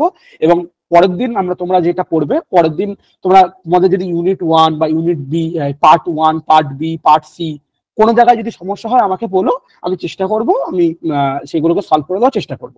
মোটামুটি তোমরা পড়াটা চালু রেখো। স্যার নেক্সট পার্টে গ্যালওয়ে আছে আর ফিলান্ডার আছে, আর আরেকটা আছে স্যার পিসিএস প্রসেস প্রোডাক্ট হ্যাঁ, ক্রাইটেরিয়া। ওটা একদমই ছোট, ওটা আমি একবারে হয়ে যাবে। মানে ও আচ্ছা, মেনলি মানে যেটা পড়ার মতো যেখান থেকে প্রশ্ন দেয় সেটা হচ্ছে ফ্ল্যান্ডার্স এন্ড গ্যালওয়ে। আচ্ছা, এবার তোমরা যখন পড়বে তোমাদের পড়ার আর একটা ট্রিক বলে দিই, যেটা আমি আমার ক্ষেত্রে ইউজ করতাম। ইংলিশ নেটার ক্ষেত্রে কিন্তু একটা জিনিস খুব গুরুত্বপূর্ণ, এটা আমাদের স্যারও আমাদেরকে ক্লাসে বলতেন, যে কোনটা পড়বো সেইটা জানার থেকে এটা আমাকে জানতে হবে কোনগুলো পড়বো না। এটা কিন্তু আগে আইডেন্টিফাই করা খুব প্রয়োজন। তাহলে কোনটা পড়বো না মানে কি, সেটা পড়বো না, পড়বো না, আমাদেরকে সেটা কম পড়তে হবে। ধরো একটা ইউনিট আছে, ইউনিটের মধ্যে কিছু কিছু কনসেপ্ট বারবার রিপিট হবে, মোস্ট ইম্পর্টেন্ট, সেই কনসেপ্ট গুলোকে আমরা বারবার পড়বো। আর যেগুলো দেখবো একটু কম বা একটু লেস ইম্পর্টেন্ট সেগুলোকে আমরা ওভারঅল পড়ে বেরিয়ে যাবো, সেইগুলোর মধ্যে আমরা ইন ডিটেল ঢুকবো না। বাট যেগুলো পড়ার মতো, যেখান থেকে প্রশ্ন আসার মতো, সেখান থেকে আমরা ইন ডিটেল ঢুকবো। আমরা বারবার প্রশ্ন করবো, বারবার প্র্যাকটিস করবো, বারবার আলোচনা করবো, তাহলে আমরা কি আরো নতুন নতুন জিনিস শিখতে পারবো। আর যেগুলো ওভারঅল জিনিস, সেগুলো ওভারঅল জিনিস যেখান থেকে প্রশ্ন আসবে না, সেখান থেকে আমরা কম আলোচনা করবো। কারণ আমাদের ওই 1 বছরের মধ্যে বা ওই 6 মাসের মধ্যে আমরা পুরো সিলেবাসটা আমাদেরকে মাথায় নিয়ে পরীক্ষা দিতে যেতে হবে। তোমরা এই প্রোগ্রেস বা এটা আমরা ফলো করবো। সবাই আশা করছি বুঝতে পেরেছো? হ্যাঁ স্যার। আশা করছি আজকে সবাই পড়া বুঝতে পেরেছো, এবং তোমরা এইভাবে পড়াটা কন্টিনিউ রাখো। পরের দিন হলে তোমাদের ইউনিটে কমপ্লিট হয়ে যাবে, এবং আমরা এইভাবেই অল্প অল্প করে আমরা এগিয়ে যাবো আমাদের লক্ষ্যে। নেক্সট ক্লাস কবে হবে স্যার? নেক্সট ক্লাস সম্ভবত তোমাদের পরের সোমবার আছে, পরের সোমবার। স্যার আজকের রেকর্ডিংটা কি হ্যাঁ, আজকের রেকর্ডিংটা কি আজকেই দিয়ে দিবেন? রেকর্ডিংটা তো হচ্ছে, ওটা দুমা স্যার হয়তো আজকে দেবেন বা কালকে দিয়ে দেবেন, বাট আমি এটা তোমাদেরকে আজকেই প্রোভাইড করে দিচ্ছি। স্যার বলছেন স্যার নোটস এবং কোশ্চেনটাও দিয়ে দেবেন স্যার, যেটা আজকে ছাত্ররা করালে। ক্লাস নোট যেটা আছে পুরোটাই এগুলো খাতায় তুলে রাখতে হবে। হ্যাঁ, ওটা ঠিক আছে। তোমরা এবার ধীরে ধীরে লিখ করতে পারো।